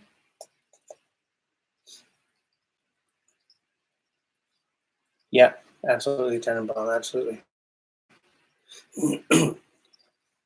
And seeing what Ontario offers in terms of being able to fund their crown line and stuff makes me want the same thing for us here.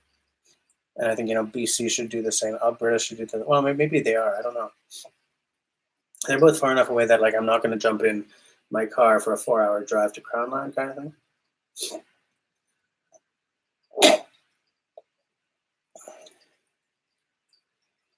Yeah, exactly, Tenenbaum. That's why I'm thinking, if I can just pull together a guide, maybe that would, because even the Ontario, like the online atlas, it's not meant for guys like us, right? It's meant for resource extractors and mining and stuff, which Quebec has something like that as well. But what Kevin has done with his guides is make a book where the information is just packaged to be read by normal people, and like, I have a link to like Simon and I interfaced and found there's a carte de something or other. Oh, Simon's here. It used to be called the carte de tenue. If you're searching for it, you'll get straight. Yeah, carte de tenue. But sometimes what you need is almost a municipal level map, so that you can see, okay, here's a trail that goes to Crown Land. Because I don't know about in Ontario, but here a lot of the Crown Land is surrounded by private property. Like, unless you go way north. So you'll have like a bunch of hectares, but everything around it is cabin country,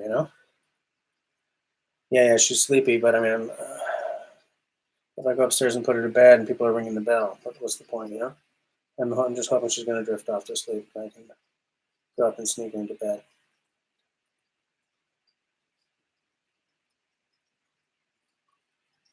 Oh, rats. Ian Hap Wilson. That's right. Easier to lose it, absolutely. And that's what Pine Martin keeps saying as well. Is, if people are using the Crown land, the government will have less incentive to sell it off. You know?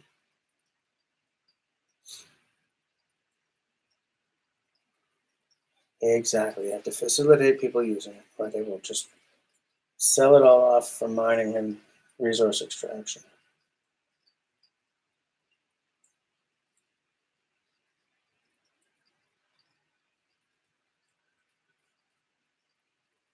It's looking good here, guys. Oh. If she actually does go to sleep, then I'll just sneak upstairs to put her down and come back down, okay? So if I suddenly disappears, because I'm putting her in bed.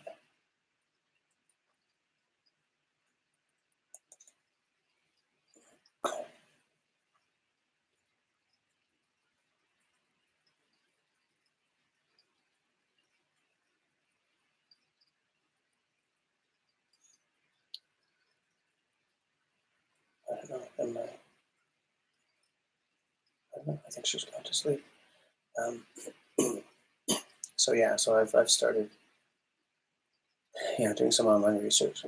What I'll probably do is find someone at the Natural Resources Ministry to contact and say, listen, here's what I want to do. I want to map out how someone from, say, Montreal or Quebec City can reach the Crown land. Because the thing is, people hunt on Crown land, people wild camp on Crown land. It's accessible, but it's like this big secret where you have to know someone. So that's what I'm planning to do. If I have time. Like that's not the kind of thing that's going to take 2 months and it'll be out. That's for sure. Guys, I'll be right back. Oh shit! Shoot, sorry. Nope, I'm gonna stay right here. Yeah, I have another publishing project that I'm thinking of doing as well, which I'm not going to talk about just yet. I think I should chance taking her up and putting her in bed.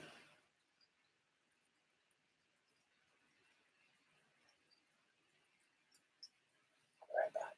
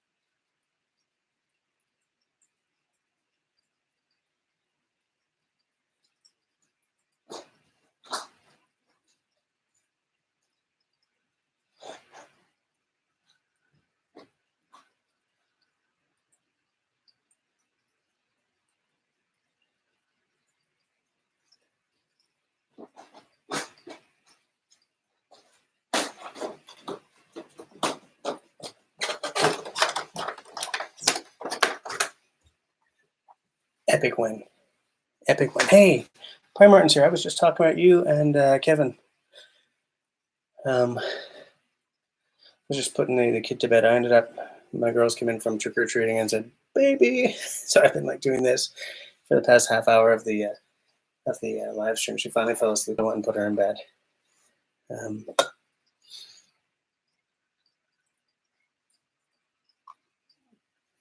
Oh, since Pine Martin just showed up. This is what I'm having. Little scotch. One of my irreplaceable bottles. So I'm drinking it very, very slowly. Of course, I was saying something nice. Hold on, I'm just getting back to the. Make sure I'm not missing too much here. Wilson, facilitate people using. Yeah, Martin. What I was saying was we were talking about accessing Crown land and how if you don't use it, the government has no reason not to sell it off for resource extraction and stuff. And remember in that first conversation I was in with you and Kevin, how he sort of challenged me to write the book for Quebec on accessing Crown land. So I've actually started just doing some very basic initial research. And I'm probably going to have to end up just writing to someone at the Natural Resources Ministry. And maybe someone at Tourism Quebec. I don't know. So I mean, you came up in that context. Hold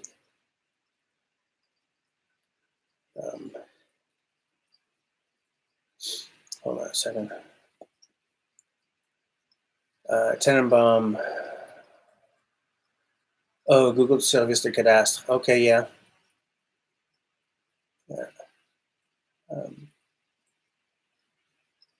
It's just very good. I did a whole deep dive into the taste. How I when I go to a whiskey tasting, I start by smelling it. How what shows up first when you're smelling it. Obviously, the Glencairn glass is designed for tasting, right? Because it sort of concentrates everything in your schnoz. And then when I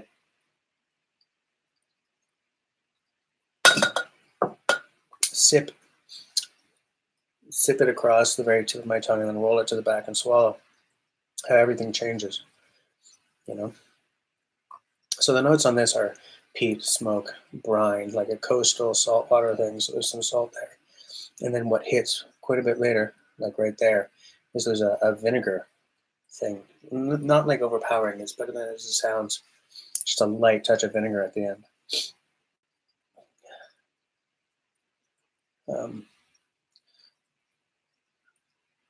Yeah, okay, everyone, yeah, I know.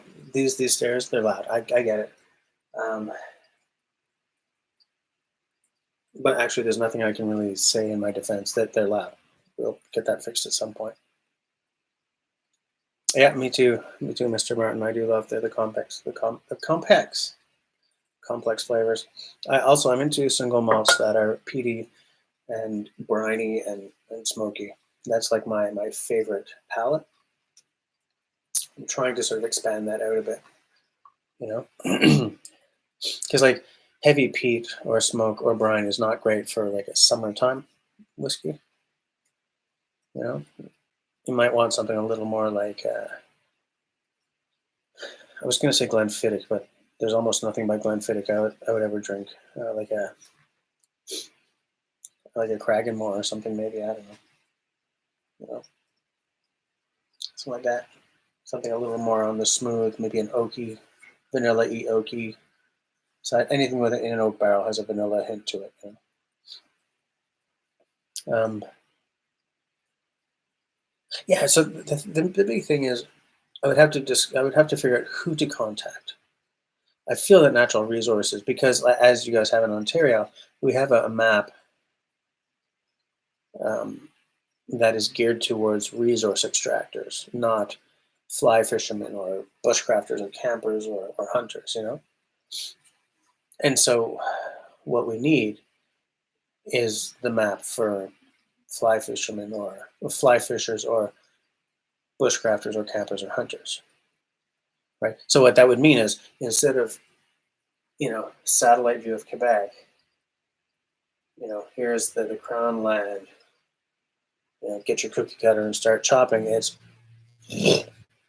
here's a neighborhood. These are two private properties right up the middle there.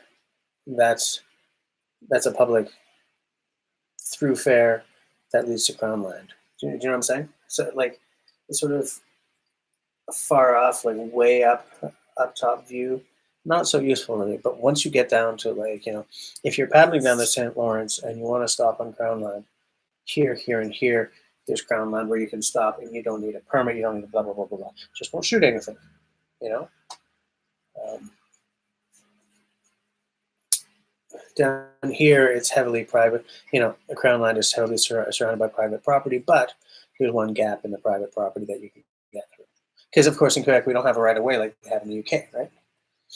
Or I assume in Sweden, Tenenbaum. I know that the camping is very, very liberal, but I don't think you guys have the same kind of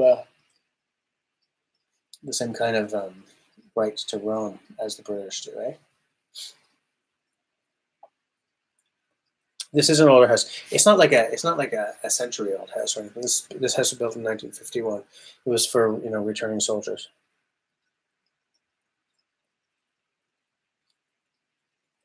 Martin, I don't think we do. I don't see there being any crown land along the St. Lawrence. I see there being like Parks Canada land. But so Tenenbaum, you do have the right to roam thing. Yeah, see, man. Every time I hear something about Sweden, I just want to go there more and more. Well, yeah, almost every time. Yeah, way too popular. That's the thing, I mean, Quebec and Ontario, man, Montreal's 400 years old, right? Which if you're European, it's like pish and tosh. But in a North American context, what that means is, the crown, whether it was the French crown or the English crown, has been handing out parcels of land for long enough that getting to the crown land could be a chore,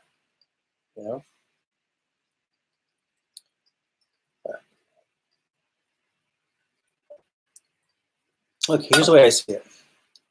I'll start the work. I'll see how far I get. If I get stumped at some point and it's just not worth it, I'll stop. I also think that what I can't figure out is, do I want to do this for like canoeing to crown land, or do I just want to, whatever your outdoor activity is, find the crown land? There's the vinegar again. So good. So good. I'm going to change my whiskey because I can't drink more than one of these at a time since I can't replace it.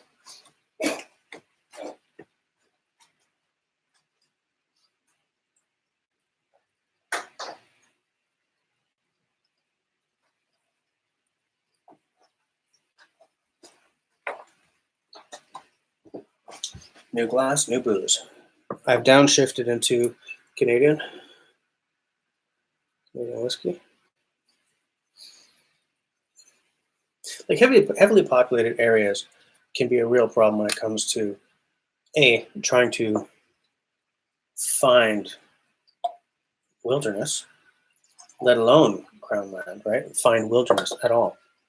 If you're driving within an hour and a half of Montreal, you're not getting to wilderness. You're getting to parkland. You're getting to cottage country, And I know around Toronto it's the same, right? The reason why.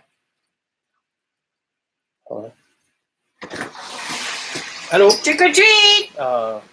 She's sleeping? Yes. This is my very loud sister-in-law. Can I please have some candy? Of course you can have candy. Look, hey, that's simple, damn it. Shh. Thank you. Oh yeah, I know. Oh, you're filming. Yeah. Hi. Sorry. It's okay. That's the sister-in-law, not the wife who should not be with the shop. Okay. Hi. I'm so sorry. Well, it doesn't matter to me.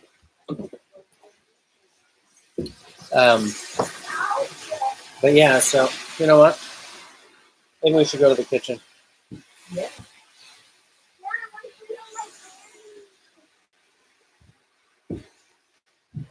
Seriously, Daddy, come to my Something like Wait. Okay, go.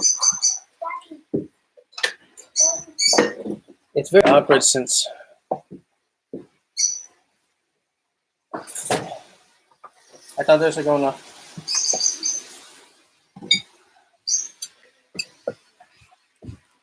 Okay, guys, I'm just going to move us to the kitchen so that we're out of the way here. Of course, Camille will not leave me alone. one guy already with all that candy. Yeah. Okay. Well, that was both crazy and awkward, am I right? Okay. We're back in business.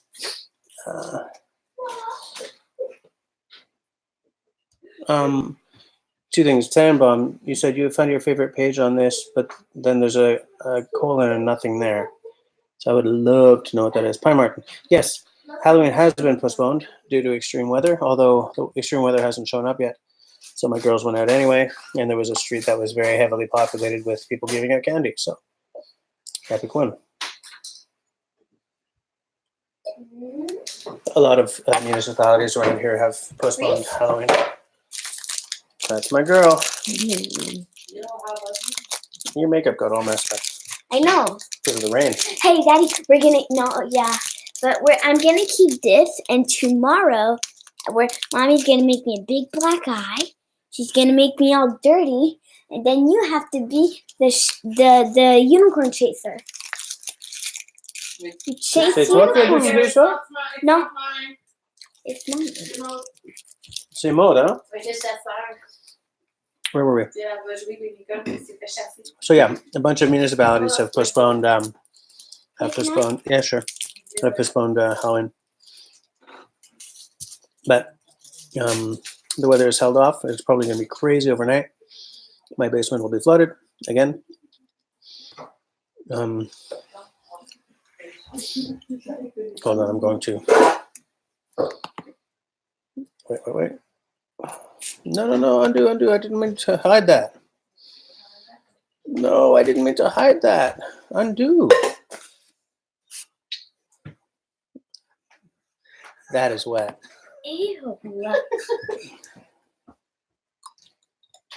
Damn it. Yes, it's blocking URLs. I didn't mean to delete that. Fudge. Open link in new tab. Okay, did Simone's message pop back up? Why does it? Sorry, guys. I seem to have a yes, photobomb. That's well, actually, Martin, you've seen her before. She's my occasional co-host. No, so the messages are not showing up. How did this happen? Simone, can you just repost what you did because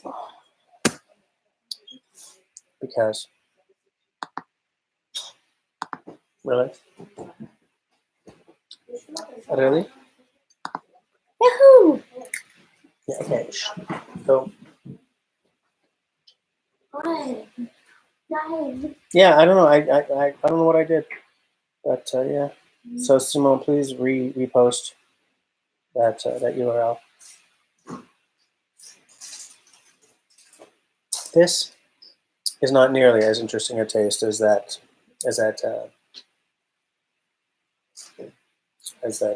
Scotch. This is a much simpler, much more sort of front porch, like a Joe front porch kind of drink, but as good as a second glass of the night. You know, like if you start with your best Scotch, and then if you keep going, you sort of downshift into the more affordable ones. C'est pas un Scotch, c'est le whisky canadien, c'est le Gretzky, le 99. C'est an inside scraper. It's not an inside scraper. Wait, you're no longer a monitor? A moderator? What the hell? What did I do? Sorry, dude. There you go. I don't know what the hell happened there. Because the thing is, I'm not using a mouse, right? I'm using a trackpad and a bunch of like Control, Alt, and Command keys. I don't know how much longer I'll be on. I'm just waiting to see if there are any more kids coming. I got to finish cleaning this kitchen up. But yeah, I'm going to take a look at Greenbrier Bushcraft, the Scottish Wanderer, someone else after the stream because I want to see what you guys were talking about.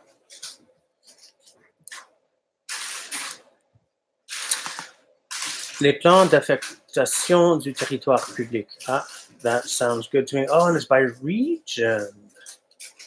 I don't need you to translate this page. Damn you, Google. Damn you. That is an epic pile of candy.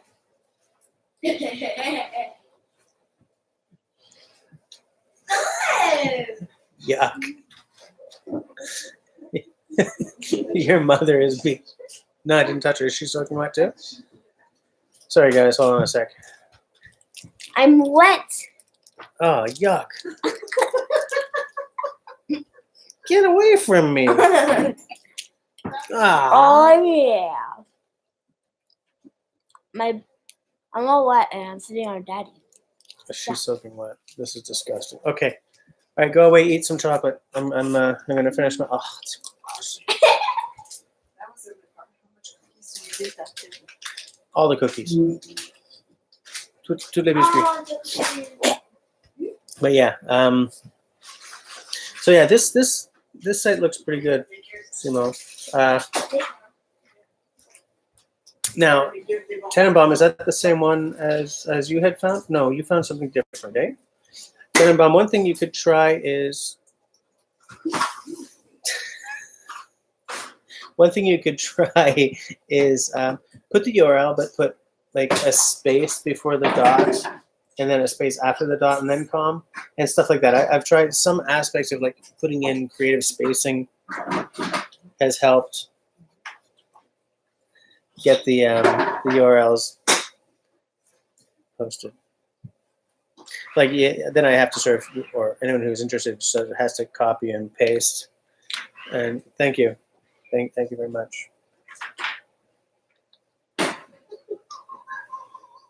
You left a wet stripe across the floor. I'm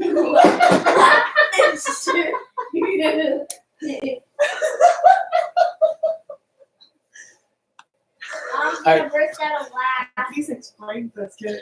See, the thing is, as I said to you guys, it is most epically raining outside, and they went trick-or-treating. So they came home, and everyone is like, you could take the missus and Camille and wring them out, as I have discovered when, no, it's okay, leave it. I'll mop the floor next week. She dragged her butt on the floor and there's a mark. It's a wet mark. hsr.se/English/enjoy Swedish. Okay, that is a very. Okay, I'm gonna cut and paste that. Oops, that did not work. Tabber snooch. Okay, boom. Just hold on, guys. I'm gonna see what this site that Mr. Tenenbaum has.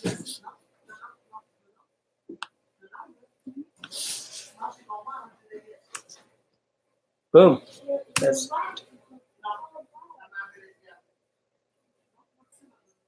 I'm going to need a translate. Oh, no. Enjoy the Swedish right of public access. The right of public access gives you a wonderful way to experience Sweden's countryside, whether you're hiking, running, bicycling, riding, or even skiing. But be sensible. Know that you care about nature so that we can all continue to enjoy and access the outdoors. I will stay. Oh, this is. Is this like government? Is this like a Swedish government site that looks so beautiful? Yeah, accept. Yeah, of course I accept. Or is this like a non-profit? Oh yeah, this is the Swedish government, right? This site is much less sort of stuffy than any Canadian governmental site. Yeah, I wish Canada had I wish Canada had that kind of a role as well. That would be amazing. I mean, thing is, like, you would need controls in place, right? You're not going to cut across somebody's cattle field, right? You're not going to cut across somebody's corn field or fields of barley or anything like that. But I wish we had something that sort of at least leaned in that direction. You know, I think that would be. The thing is, some idiot would ruin it for all of us. It would be like a snowmobiler, because it's always in Canada. Snowmobiles are like, you know, the news story that starts with Florida man, and then you know it's all going to go downhill from there. It's like Florida man. I don't no. It's going to be disgusting, or maybe hilarious, but in a really kind of twisted way, or just kind of dismal. Any story that starts with snowmobiler, he's like, oh no. So they would ruin it for all of us somehow, you know? Oh, it's the Keep Sweet and Tidy Foundation. Okay. I see. Okay. All right.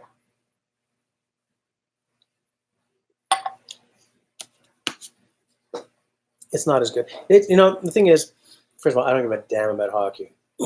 So, I mean, yeah, Gretzky, great guy, the great one, blah, blah, blah. I don't care. The whiskey's pretty not. I was going to say the whiskey's pretty not bad. The whiskey's pretty good, though. I don't think I've tried his wine yet. Excuse me, my sinuses have very suddenly gone crazy. And is there a big litter problem in Sweden that you need to have a foundation like this?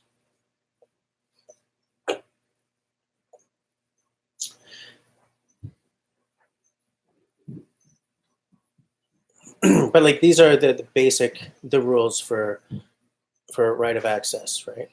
It's like, how many rules is it? 13.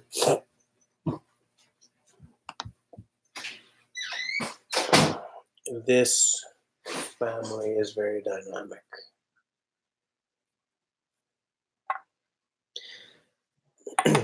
People never know what they have, eh? Like I'll walk into, when I was on Georgian Bay, I was walking through epic forest. You know, those trails were gorgeous. And then I would look down, there was a Pepsi can that had clearly been there for 10 years. You know, when Camille and I hit the bush, she always grabs the plastic bags so that we can pick up some rubbish and take it out with us, you know. And I back that philosophy. I think if you can leave a place just a little better than you found it, then that's win. You know? What? Just could you feel that? I got me to. Oh, I see. She was freezing. Oh, my eyes are hurt. That's bad for you. Now am I dry? Now you're dry. Now you're so. I will kill you. Really? Is that how it's gonna go? It's not like beer, dude. It's not beer. It's called whiskey. Still smell like beer, dude. Okay, dude. Dude. Well, you got there from a government site. Okay. But yeah, I love the whole idea of like a right to roam. It's just we're so segregated from the natural world that if you can just put in some little like real, because if there's a right to roam, there's one less excuse for someone to walk into the bush. So visit sweden.com/ okay. And believe me, man, I would love to visit Sweden. Here, I'm just gonna open it up in a new tab. That did not work. My wife is giving me all the garbage from the car. Now, what you guys don't realize is that having a baby requires very many special little cookies. But are these junk or are these cookies? Okay. And maybe some chocolate bars. So by default, a car gets really, really nice. I think it's very natural. I don't have a problem with it. Okay? Oops.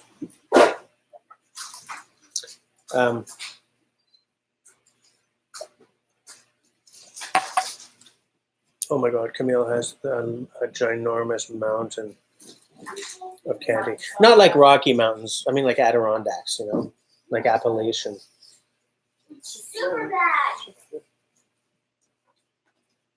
Tabarnak. Qu'est-ce que je viens juste de faire?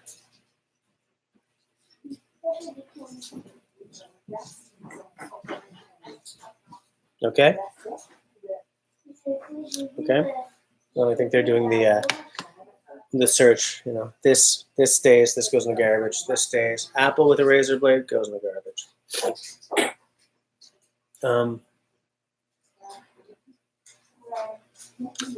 But yeah, like I think if there's a right to roam, then there's one less excuse for people not to just hit the bush for an afternoon or something. You know, no, that's not a good way of putting it. I don't mean one less excuse to not do it. I mean, it's one way in which it's easier to. You're pretty cute, you know that? I thought Carmen was cute. Clem is very cute. I'm cute. Okay. Nope. I just think, you know, if you make it easy as hell for people to get into the woods, they'll get in the woods. Not everyone. Not, you know, there are certain people who are like, I'm a city girl, I'm a city boy, whatever. But you know, just you know. What do you need? Un peu ma son? Glass. Sorry, guys. Hold on 1 second. Hey, come here. Oh, see. What is that? I even made it smaller than No, I don't think we have anything small. that. No, but like. One Bernardin cup. Not a cup, a jar. Wait. Okay, I'm getting. Caroline, I've just finished a 5-part video trip log. I'm gonna watch that. This is the 11-day trip that we were talking about, Martin. Yeah, I'm gonna watch the hell out of that. Tonight, before I go to bed, I have to edit tomorrow morning's video, which, as I mentioned really early in this live stream, I was going to say podcast, but was inspired by a question from Pine Martin. C'est quoi l'histoire avec tous les Smarties, là? That's so. Yuck. What I didn't realize is that Smarties are disgusting when they're soaking wet.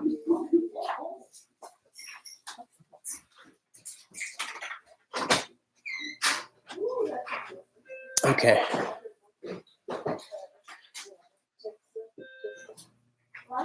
Well, actually, Pine Martin just asked an interesting question because, I mean, mode. Qu'est-ce que tu fous là? I'm here obviously doing something very serious, and my family just will not respect this. Okay. Martin asks, I wonder how private landowners feel about right to roam laws. I own a bush property, and I would worry about forest fires by clueless people. Now, I'm not sure about how it works in Sweden, but in the UK, the only thing that the law allows you to do is walk across somebody's property. If I'm If I'm remembering this correctly, it doesn't give you the right to throw up a tent in somebody's back 40 somewhere. You can cross it, and in some places, what they've done is there's a little path. You know, the owners have accepted it. They've made a little break in their walls and put a little path. Or no, another. Take like 2 out. Just in case. All right. Here's one. Here's 2. So in that way, I don't think.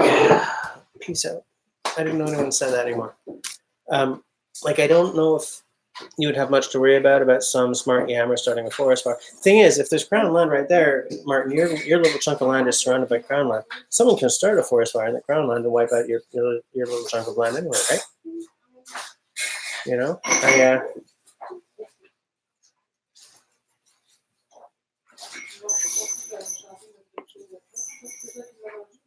and like as Tenenbaum is saying, one of the things that was like a nail, not the nail, but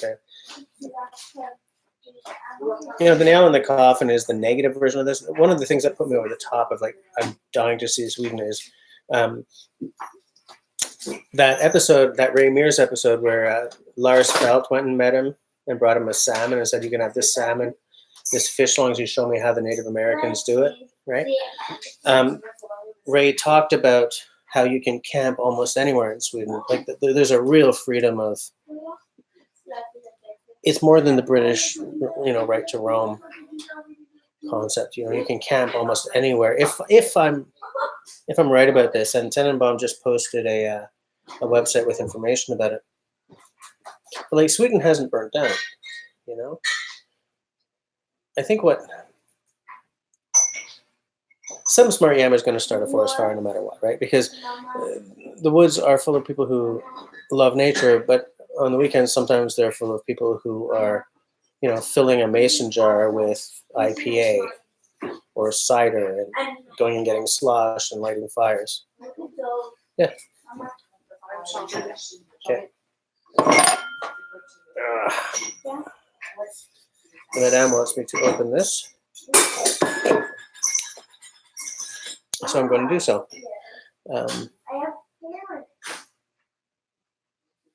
Sweden has no firefighting aircraft. Dude, Canada makes firefighting aircraft. We could just send you some.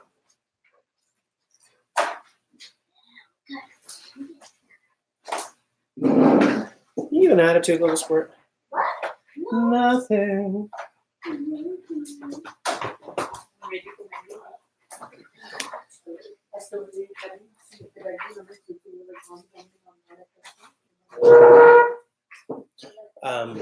Where was I? Like, yeah, and then the people you got to worry about are not the people who, like Martin, right? Or like Kevin, or like Tenenbaum or me. The people you got to worry about are the kids who are underage drinking in the woods with an illicit forest fire, and who are, you know, and who don't actually know what the hell they're doing.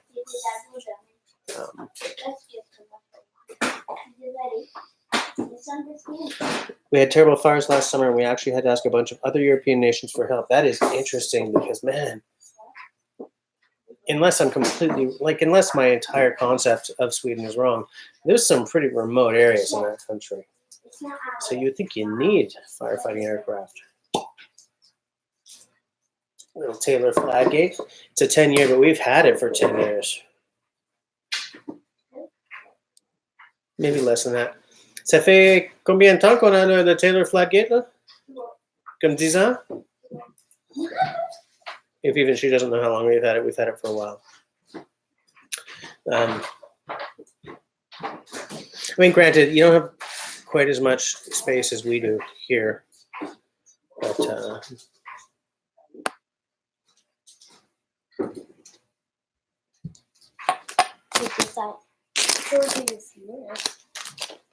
my daughter knows what I like.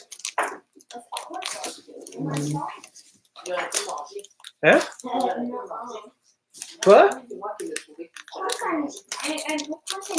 I let you like. Maud and I have something in common. We're both into the Reese's Pieces, more into the peanut butter cups, I think. Half a pound. Yeah, those are epic. But after a half-pound peanut butter cup, I am ready for a coma. Let me tell you. Mais t'es plus cups ou t'es plus comme Reese's Pieces, toi? What? Yeah. I prefer the cups. Like a cup. Oh, I know. Mm. You want peanut butter? Really, Viking Air is relaunching a new version of the Canadair water bomber. Nick and Tyler brought another friend, Jake. Hey, Jake. How's it going? Jake, do you make stuff as well? Because Nick and Tyler, man, they're doing some cool stuff. Why are you dancing? You know, this live stream was going so great until my family came home, and now she's dancing. Maud is, I don't know what she's doing now.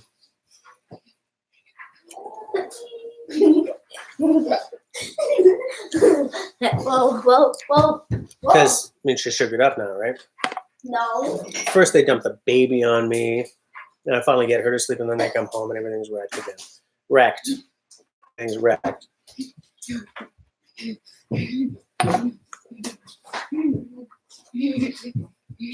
Happy freaking Halloween. Oh, yeah. Happy Halloween. It's a bracelet. That's a bracelet? Yeah, we used to have bracelets like this when I was a kid, too. It tasted like shit back then, too. Okay, go to bed. Are you opening the big bed? Yeah. Don't kick your daddy. Non, il n'y a pas d'école demain. Non, elle reste ici.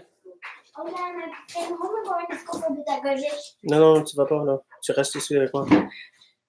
On fait quoi d'abord? On fait des choses. Des choses? Des choses. On va aller faire un feu, là? Peut-être. Hello. Ça dépend. Quoi? Je vais me faire mon café parce que demain, moi, je dois travailler. Okay, so I'll get up early and make you a coffee, Maud. Can I get back to my live stream now? This is redonkulous. Although, at least I'm not falling asleep this time, right? You ain't, because I'm going to. Jake is a musician and a writer. Tyler has taught him a little on the forge. Man, I would love to learn a bit about forestry. Well, what does Jake play? Try. All of the best musicians are bass players, of course. Is that an M&M? Peanut butter.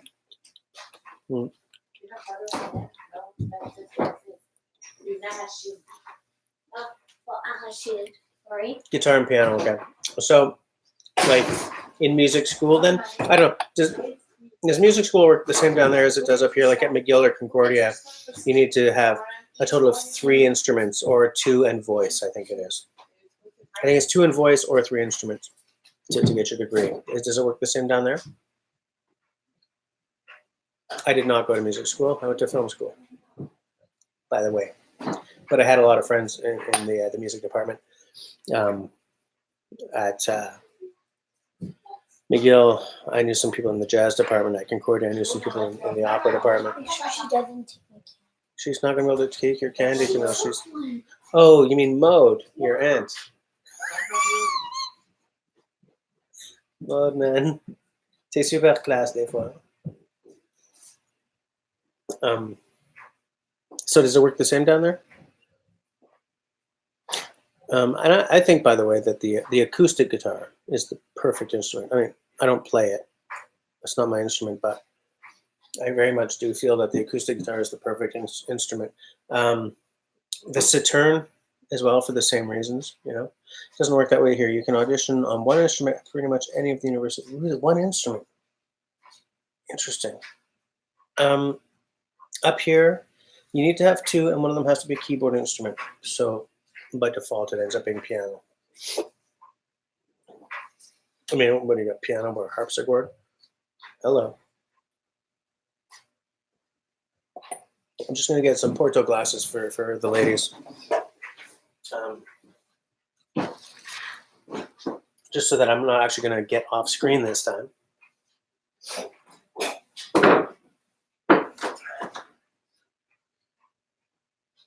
On Porto, look.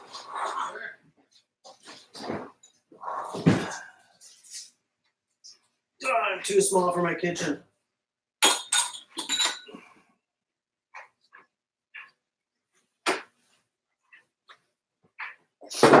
Anyways, so as I said, I used to know several people in the opera department at Concordia. Concordia is the university where I did my my schooling. I went to a couple of master classes and stuff. Because as someone who makes part of his money playing music, it's funny, I was always interested in music, but never in an academic way, you know? I didn't know what my interests were going to be until really late.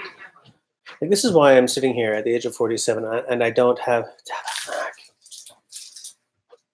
T'as mangé assez ou quoi? That's what you call cardi. You know, I'm sitting here at the age of 47 and I don't have a canoe. And I haven't been in a canoe since I was like 18, you know? I'm sitting here with a very expensive, well, not a very, with an expensive telescope because I discovered very late how into the astro stuff I am. And, you know, I'm sitting here like making part of my living as a bass player, but not being schooled in it. Like I took lessons, you know, fairly late in my progression, but because when I was young, I didn't know how many things I was really, really interested in. I was too busy being like that irritating sort of, you know, that poet writing poetry longhand in a like a super expensive notebook, like a Moleskine, you know, reading Jean-Paul Sartre, because that would make me interesting to the blue-haired girl on the next table over who I'd had my eye on for like 6 months kind of thing. Like all the typical artsy young person self-love stuff. Nothing of substance. Nothing. And like I look at guys like, you know, Kevin, you know, Callan and Paul Kirtley, and I just thought, man, I envy, but I gotta get rid of that because it's literally too late for me to go back and start down their path back in my 20s. You know?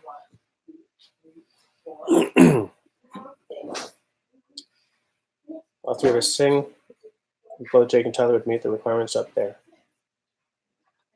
Lack of instrument knowledge, Nick? Come on, man. All it takes is agonizing effort.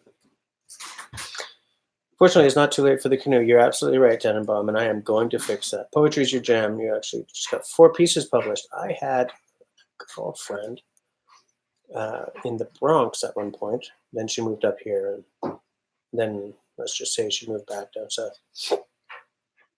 No, she didn't move. I had a girlfriend in the Bronx. Then she came here. Then we were fine. Then it was terrible. Then I left her. Then eventually she moved back down, and now she lives somewhere in California. But the way I met her was she'd sent me a question or something, or a comment about one of my poems that was published online somewhere. I don't remember where, and I don't remember which poem because I don't do that anymore.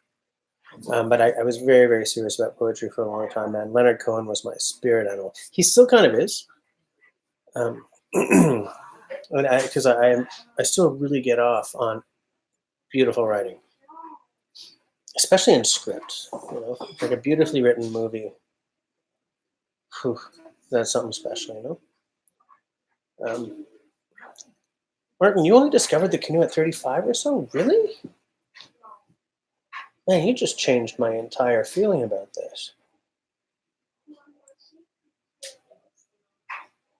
I spend so much of my life thinking that it's too late to get started and stuff. And intellectually, I know that it's kind of never too late. Like, if I wanted to join the army at this age, it's too late. They wouldn't take me. But I mean, what?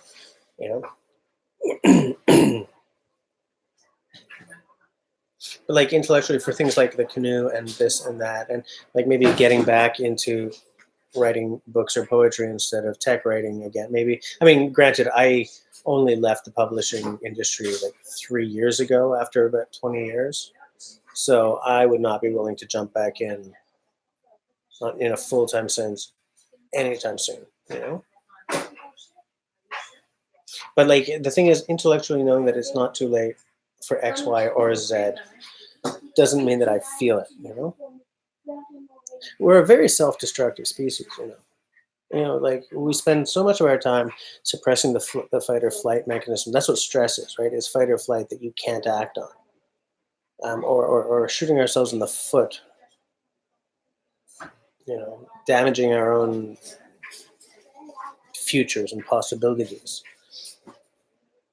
Even when we know that route A is the way we should be going, we take route B. And I'm not alone in this. I know so many people who do this. Martin, you mean the last Canoe Hound live stream? Because I was so late to that I was only on for like 4 minutes, and life just it's been a bad week, man.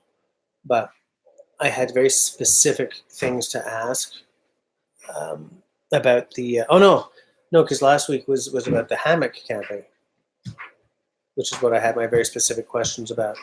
So it was the time before, because I'm always late for Dennis's live streams, right? Because I'm getting baby to bed and blah blah blah. So by the time I have any time to myself, it's like 8:30. 2 weeks ago when you were there, yes, okay, yeah.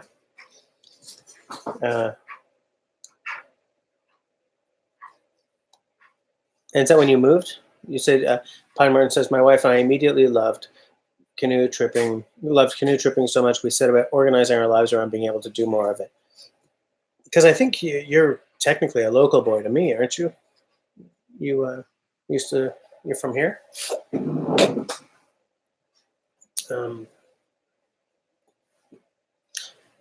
I have a very different family situation than you do.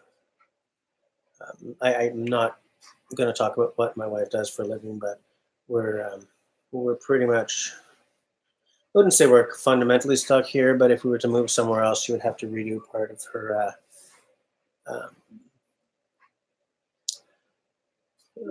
her certifications, her professional certifications. So there's no time for that. There's no time for that.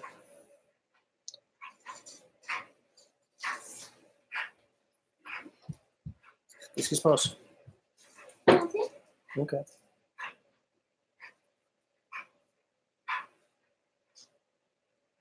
Mm. What are you doing? Okay, what she's doing right here, for the longest time, when it's bedtime, I would go, we would read stories, and I'd say, okay, I'm going to lie down with you for 5 minutes. And then I'm going. And she would start doing this, and I would just out.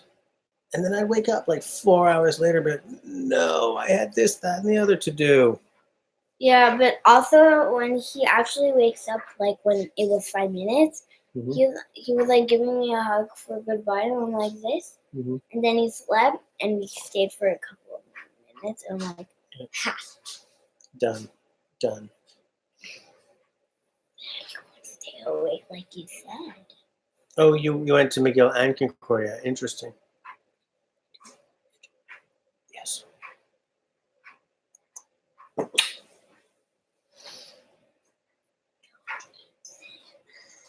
I won't eat salmon, don't worry. Don't eat salmon, she said. Like, don't worry about it, I will not. In rural Quebec, you mean like sort of down in the eastern townships, kind of? Or more like the Outaouais region?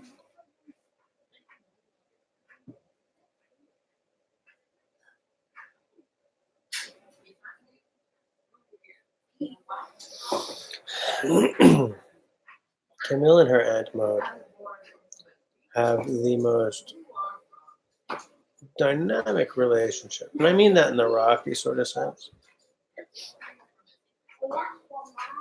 They're good-naturedly bickering right now.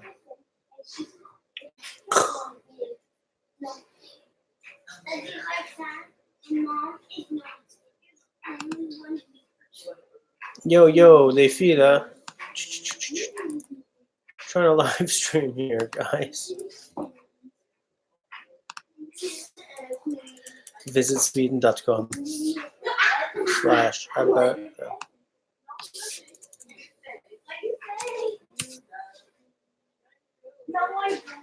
Mode is pissing my daughter off. Mode, don't piss off my daughter. Qu'est-ce que tu fais là? Je la niaisais. Oui. Elle disait, you're weird. No, I'm not weird. You're weird. No, weird. T'es weird. We're not too weird. Là, j'ai dit, I love you. Elle a répété, I love you. She loves me. They're both 5. You know that they're both 5, both of them. Mode. I love my daughter. They're a bunch of 5. Look, she's booting now. Oh, God, so.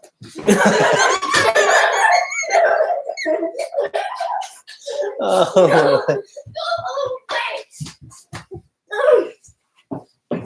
Send help. Send help now. Or send Pocky. Oh, near Hawkesbury.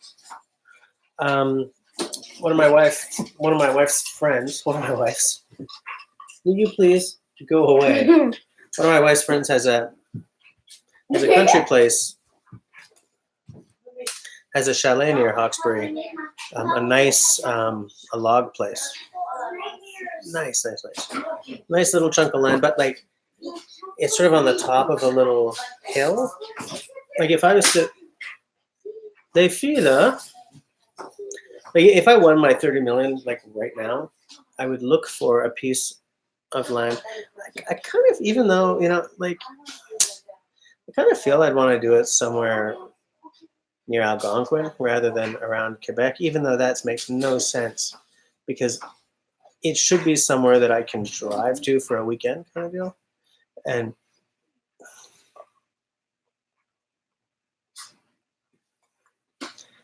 well, not yet because I think we might be giving them out tomorrow night. Yes. You can take one. Mais c'est tout là. And turn off that light, please.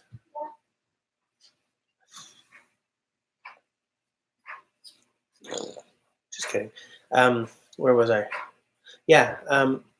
If I won my 30 mil, I would look for a place. Oh, this one too? No, it's fine. Very similar to what maybe Sean James has, or I would love to find a place on a lake. I would love it, but let's face it, it's getting harder and harder and harder. maybe some of the Laurentians, maybe. But the thing is, it's getting crowded, man. It's just crowded. Everyone's got a ski chalet now, right?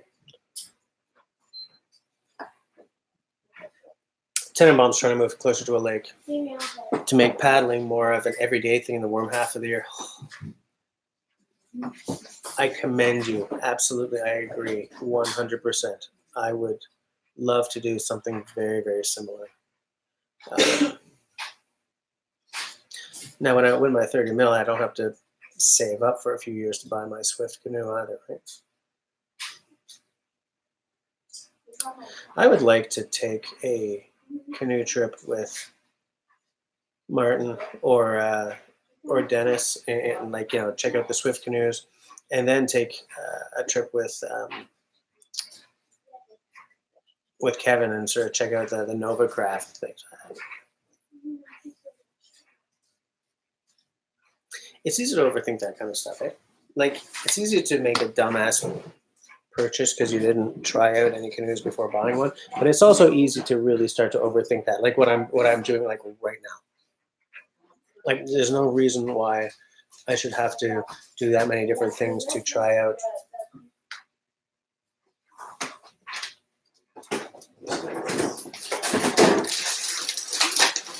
There's ready for yellow. By the way, anyways,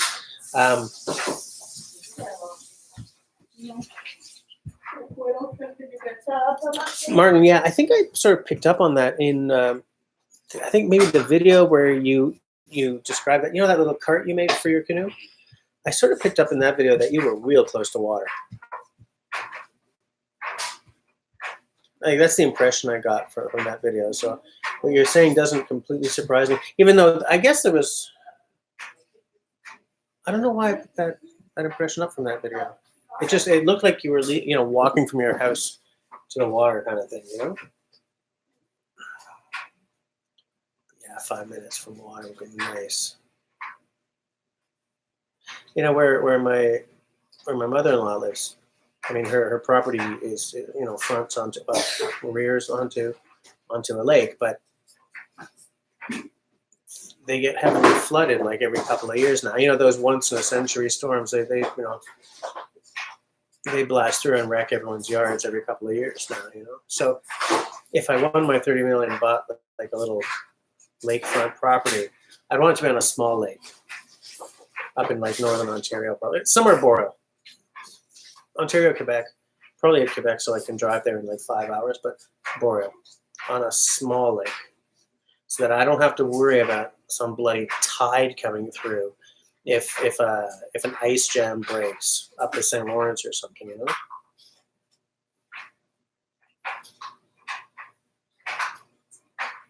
Yeah, I think about that property all the time, even though I've never seen it before.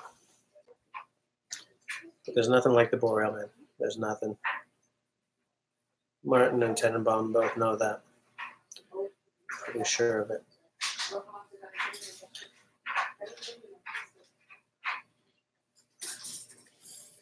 Yeah, Martin, I've already started negotiating with my wife to see when in the spring I could head off.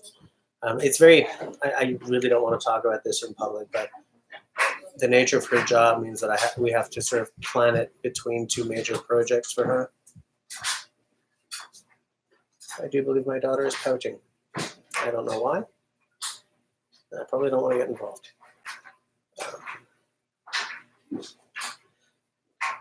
Where was I? Yeah, so I have to work out with her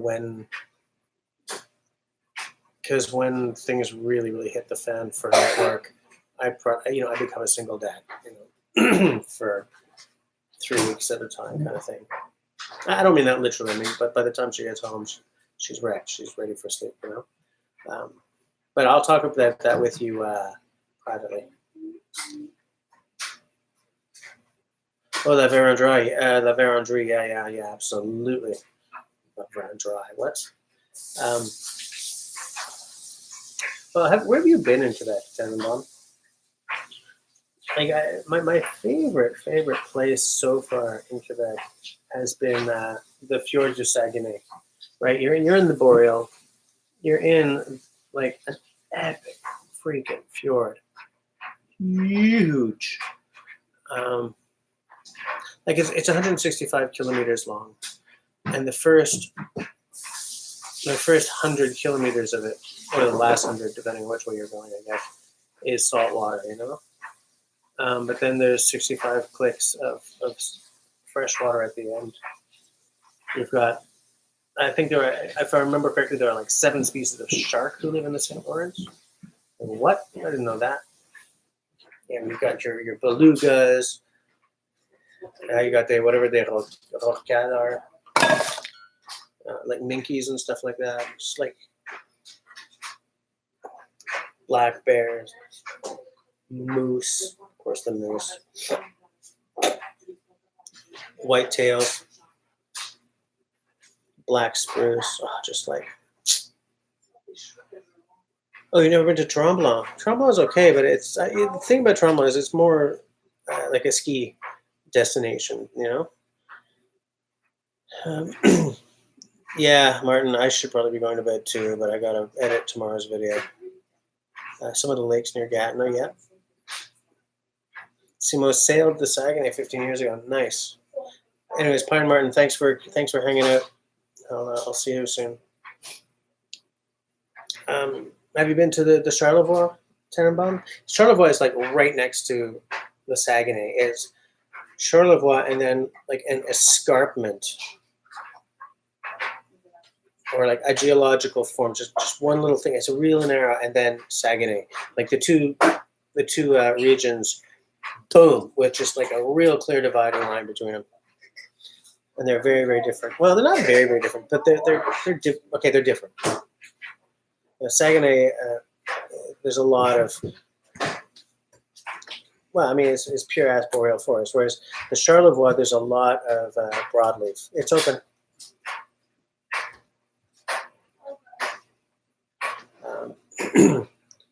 Like tourist shots of the Charlevoix are always of fall because it's crazy red and orange and yellow. Whereas you just get over that little ridge and you're in, you know, spruce wonderland. Yeah.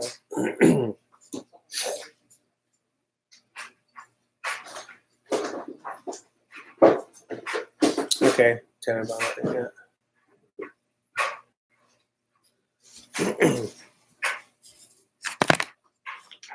But yeah, so I mean, the Charlevoix is very nice. I prefer the Saguenay just because of the boreal magic. But man, Charlevoix is really nice too. You can't go wrong with either of them. That whole region is just so spectacular. You know, pick a place and it's just, man. Hey, but you know what? I haven't been to the north yet. I mean the north. I don't mean like Northern Ontario. Like the north being like, you know, the North Shore of Montreal. I mean, I haven't been to the tundra. I'm dying to see the tundra. I'm dying to see the, you know, all that up there. I have a brother who lived for many, well, not many, but a good 6 or 7 years, I think, in Yellowknife while he was flying for the First Air, one of the native, I think it was an Inuit airline. And that's a very, very different climate and different, completely different world up there. And I would love to see it one day. C'est du fromage, ça? Applewood smoked. Applewood smoked? Hell yeah.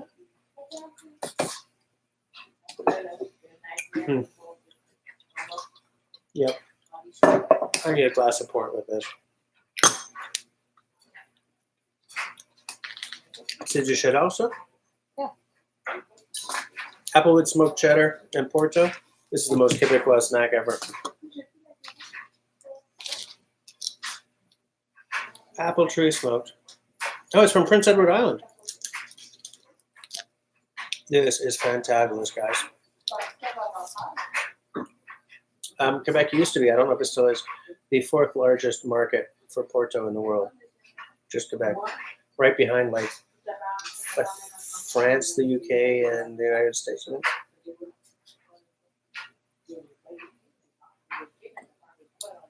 But we opened that at the right time.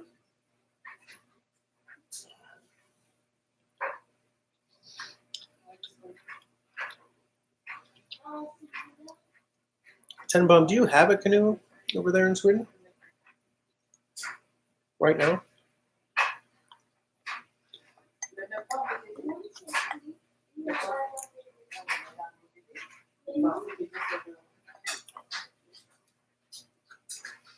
I used to drink a lot of port. Now it's more of an occasional thing.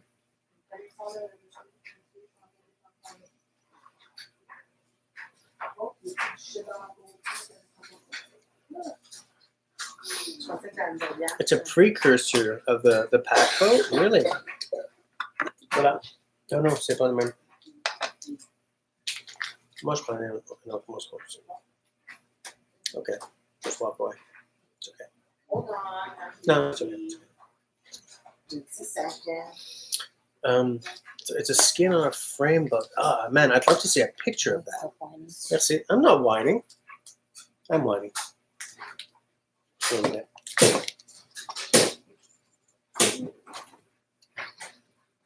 I applied stretch over an aluminium framework. Really? Do you have a link for the company that makes these?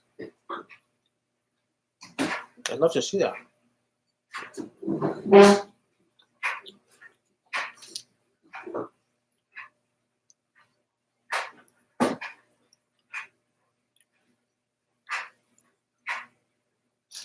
Anyways, as I said in an earlier video, as an interim measure, we're gonna Kijiji a used canoe.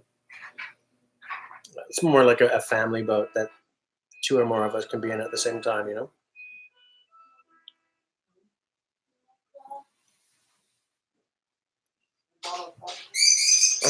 I'm not sure what to look for.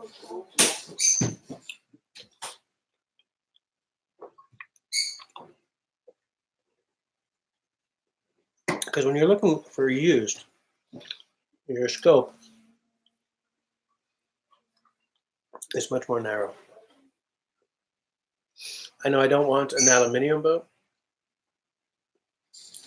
I don't want a flat back, you know, like those ones with the stern that's flat so you can put an engine on. No. I want it to be as traditional as possible. I'm also not sure like what kind of condition I can really deal with and what kind of condition I should really touch. Like if the paint is faded, kind of who cares? But if the gunnels are sort of separating from the hull, maybe I should step away, kind of thing, you know? Because it's all about what kind of repairs I can do versus what kind of repairs I just can't, you know?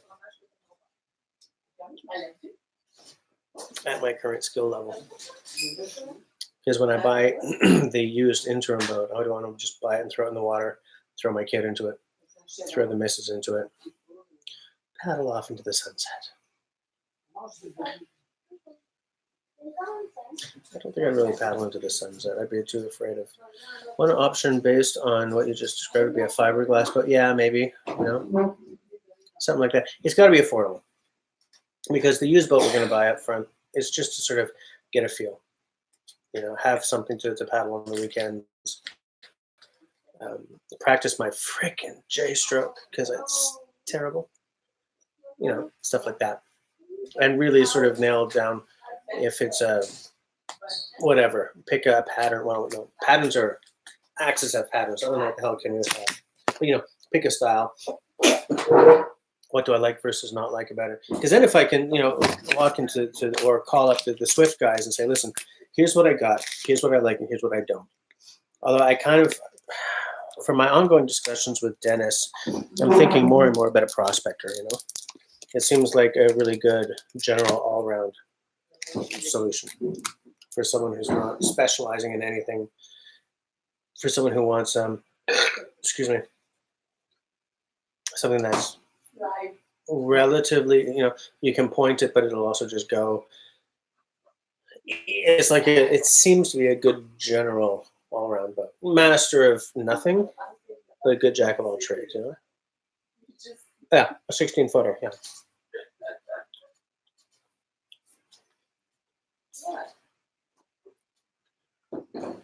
But then I really do have to find a place to put it.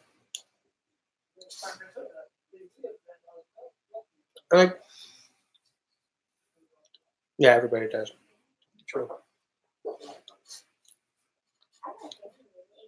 What I picked up in that conversation with Martin, Dennis, and Kevin is that not all prospectors are equal. No, that's not the right way to put it.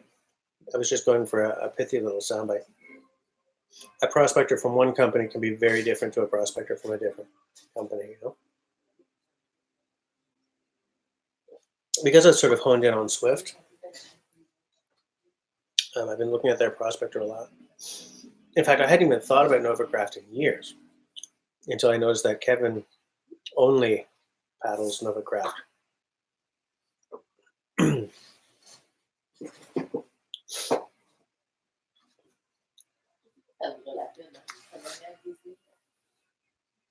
Spent a lot of time visualizing it, you know, visualizing myself gliding across a lake in it.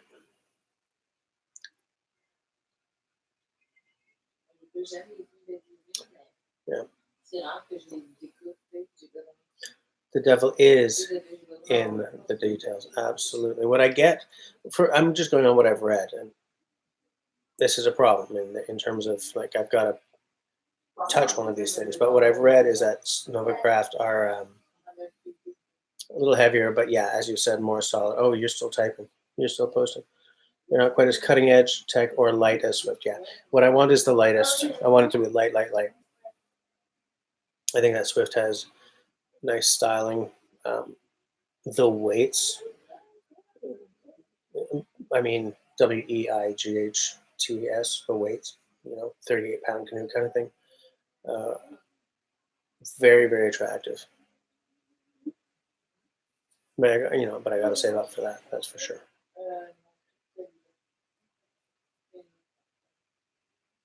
I'm thinking I want like the sapphire finish.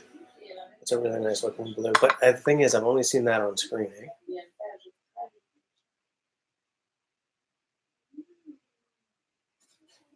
Composite panels, yeah.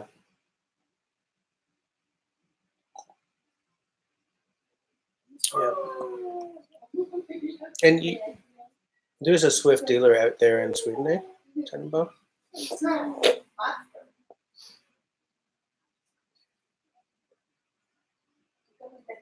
I think the girls are watching something Disney. It's a ped day tomorrow, so. Oh, The Nightmare Before Christmas. Excellent choice. Perfect night for it.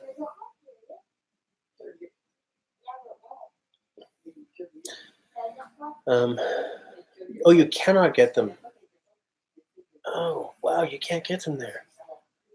That pay more to ship than the actual. That is a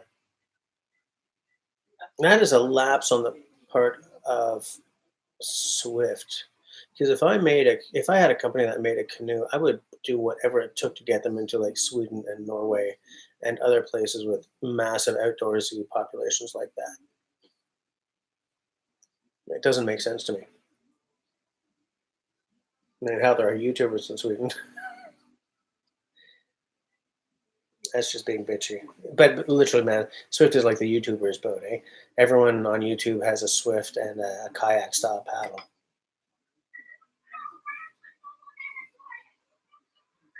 Personally, I'm about as interested in getting a kayak-style paddle as I am in getting botulism. But, yeah. There's a dealer in Finland that carries Novacraft. Well, they make good boats too, but they're the only Swift European dealer is in Austria. You'd probably still pay through the nose to get it shipped, though, eh? Maybe less than shipping from Ontario, but like, I wonder if you can buy a canoe and take it on the plane home. Like, obviously, there'd be a luggage upcharge, but they got to be transported by plane, right? I don't know. I don't know. Seems weird to me. Currently, it's 21:24. I've been at this for 2 hours and 50 minutes. At the 3-hour mark, I'm going to stop because I can't go to bed until I've edited tomorrow's video, and I don't want to go to bed at 4. So as soon as we hit the 3-hour mark, I'm gonna like, bye guys. All right.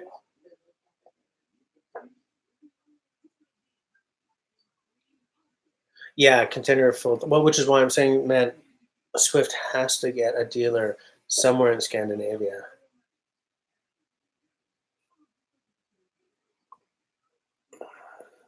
Well, like Tenenbaum, what other choices would you even look at? You know, like, or even me as someone who um, makes his choices with his YouTube channel in mind. In by what I mean by that is like the two biggest contenders for canoe that I would show on my channel would be like Swift or Novacraft because they're both Canadian. And even though I'm not slavish about it's got to be made in Canada or made in the U.S. It's an image thing, you know. It just happens that they both make fantabulous canoes. But like, who else is out there that I would even look at? There's a bunch of like his Old Town or whatever is still making boats. Oh yeah, Surrey River. Yeah. I'd forgotten about that. And Eskiff, yes. And I looked at their prospector. Simo, I think that Tenenbaum is too busy to become a Swift um, distributor in Scandinavia.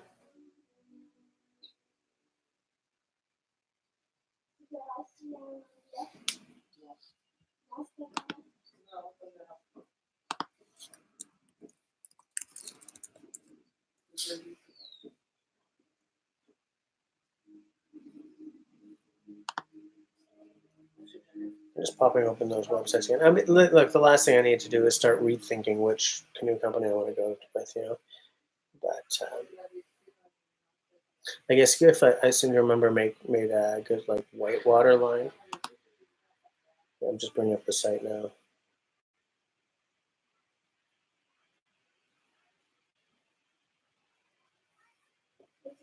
So in their sporting line, there's the Rangeley 13.5, the Rangeley 15, Rangeley 17, Mallard, Cargo, and Echo. But their sporting line are all flat backed canoes, right? Like sort of that squared off. No, thank you. The Touring, Avalon, Presage, Prospector 15, and Prospector Sport. Oh, there's a Prospector 16 and a 17 as well. Wow, they've got a lot. Echo, Miramichi. They really have to change the font they use. It's terrible.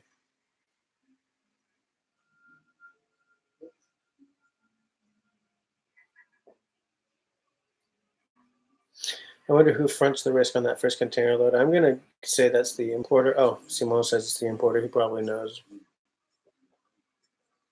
Fronting the risk is usually on the importer, however, it's very easy to insure. I wonder how much it costs to insure, though. I would have another glass of port, but I think that the missus stole the bottle. She's ignoring me.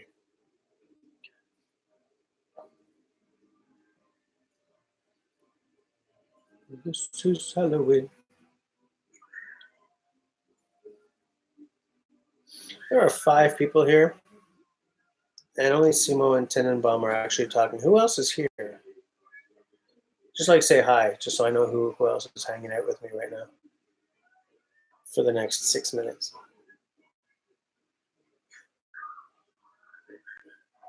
This is Halloween. Shipping a container isn't that pricey. It really depends on which ports are involved and how much ground transportation is. Yeah, because it's going to be more affordable to ship by surface than by air, right?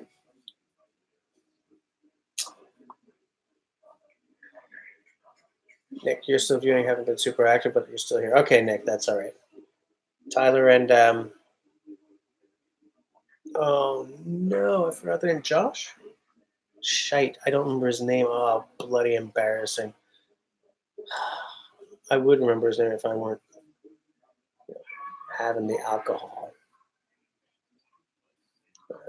I'm like scrolling back. Oh my gosh. Jake.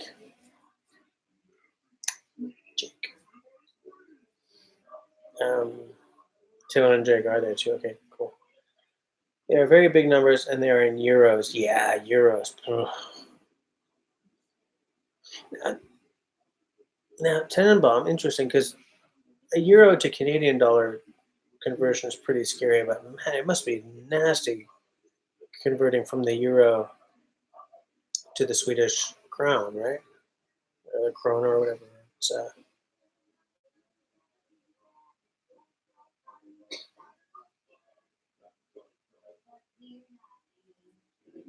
do you guys hear this?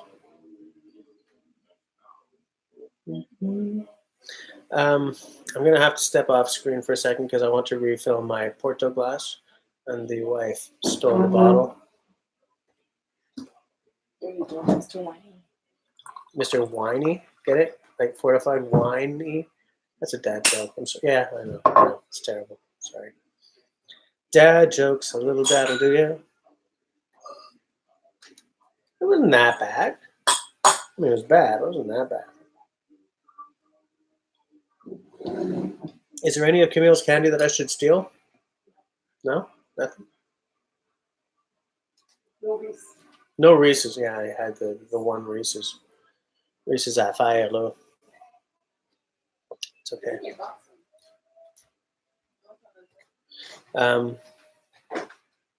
10 to 1, yeah, okay. Yeah, but Simone, like, how much does it cost to ship a container, right? Because you're shipping the container. Well, actually, I don't know how it works out. But how many canoes fit into a container? Merci, ma belle.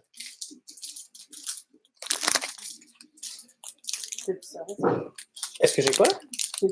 C'est du service, oui. J'ai dit merci. Like, how many canoes fit into a container?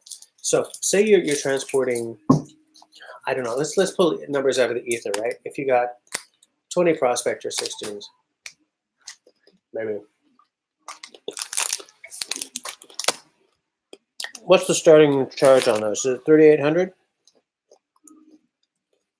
Like, should I look up the number? No, it's a thought experiment. Let's just say you can fit. Hold on. Wait.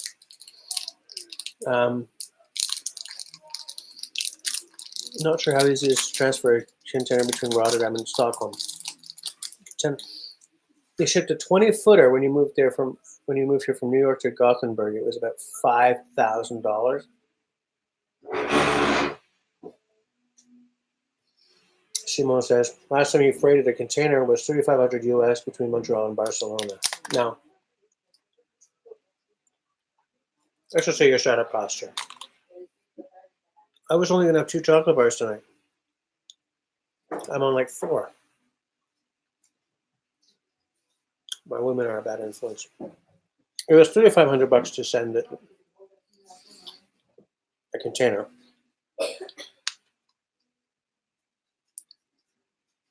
Does that mean like no matter what's in it? So let's just say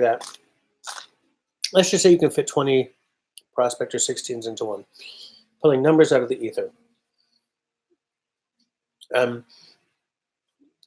And say the starting salary of the starting numbers on a prospector 16. Let's just say are $3,800 Canadian.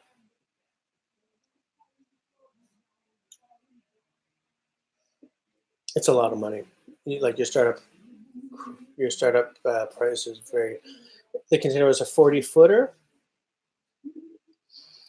So if you're loading your prospectors like end to end kind of thing, you can fit essentially 2 rows.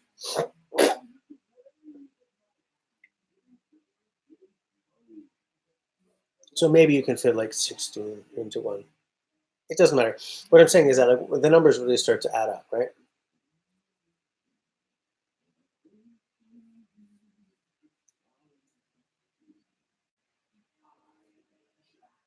The Pumpkin King. like what I'm trying to figure out here is your startup, like your first shipment will be expensive as hell because you have no sales behind it yet, right? Because trying to say, look, we'll order them when they're like shipping on demand kind of thing. There's no way, because you have to wait until people have ordered 16 of these things before you can even ship them. If you're doing it by container, which is probably the only affordable way to do it. So by default, what you're doing is you're fronting 16 to 20 canoes worth of money plus the shipping.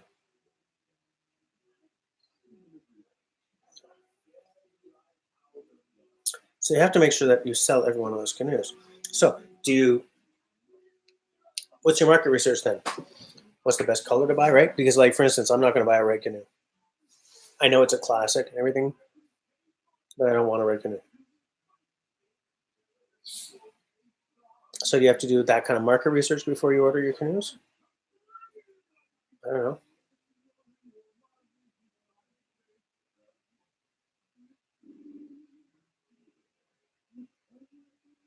I don't know. I mean, at the end of the day, I mean, getting started in any kind of industry takes a lot of money.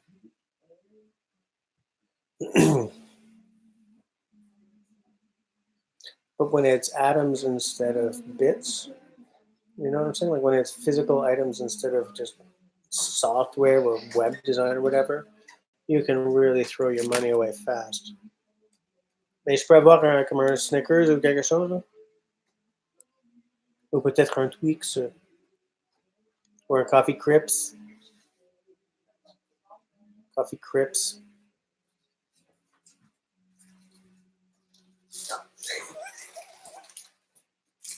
Et j'ai dit un Coffee Crips, hein?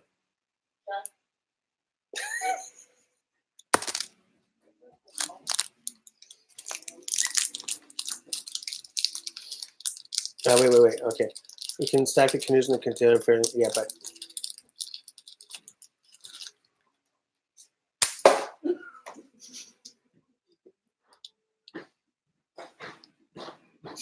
Did you guys see that?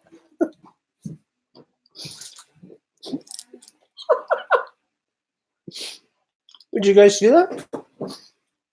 Without even looking. Okay. Manufacturer can help a bit by delaying or staging the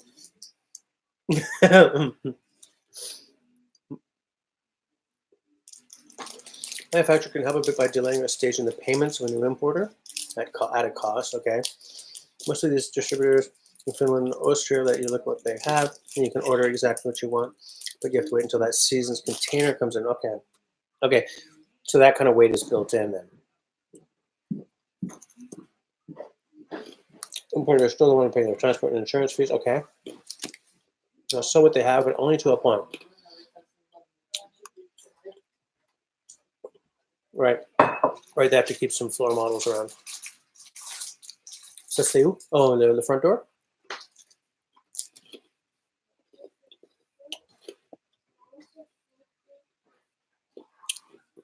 Well,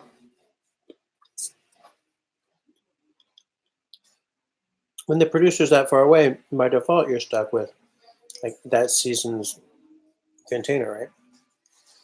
Oh, okay, we're at 3 hours. I got to go edit tomorrow morning's video. So see you folks later. Thanks to everyone who hung out to the bitter end. Thanks to everyone who commented, thumbed up, and all that stuff. And I will see you guys the next week. And I'm now going to edit tomorrow's video. Won't go to bed until it's done. So for land's sakes, at 9:30 tomorrow, check out my video, okay? Thanks a lot, guys. See you next time.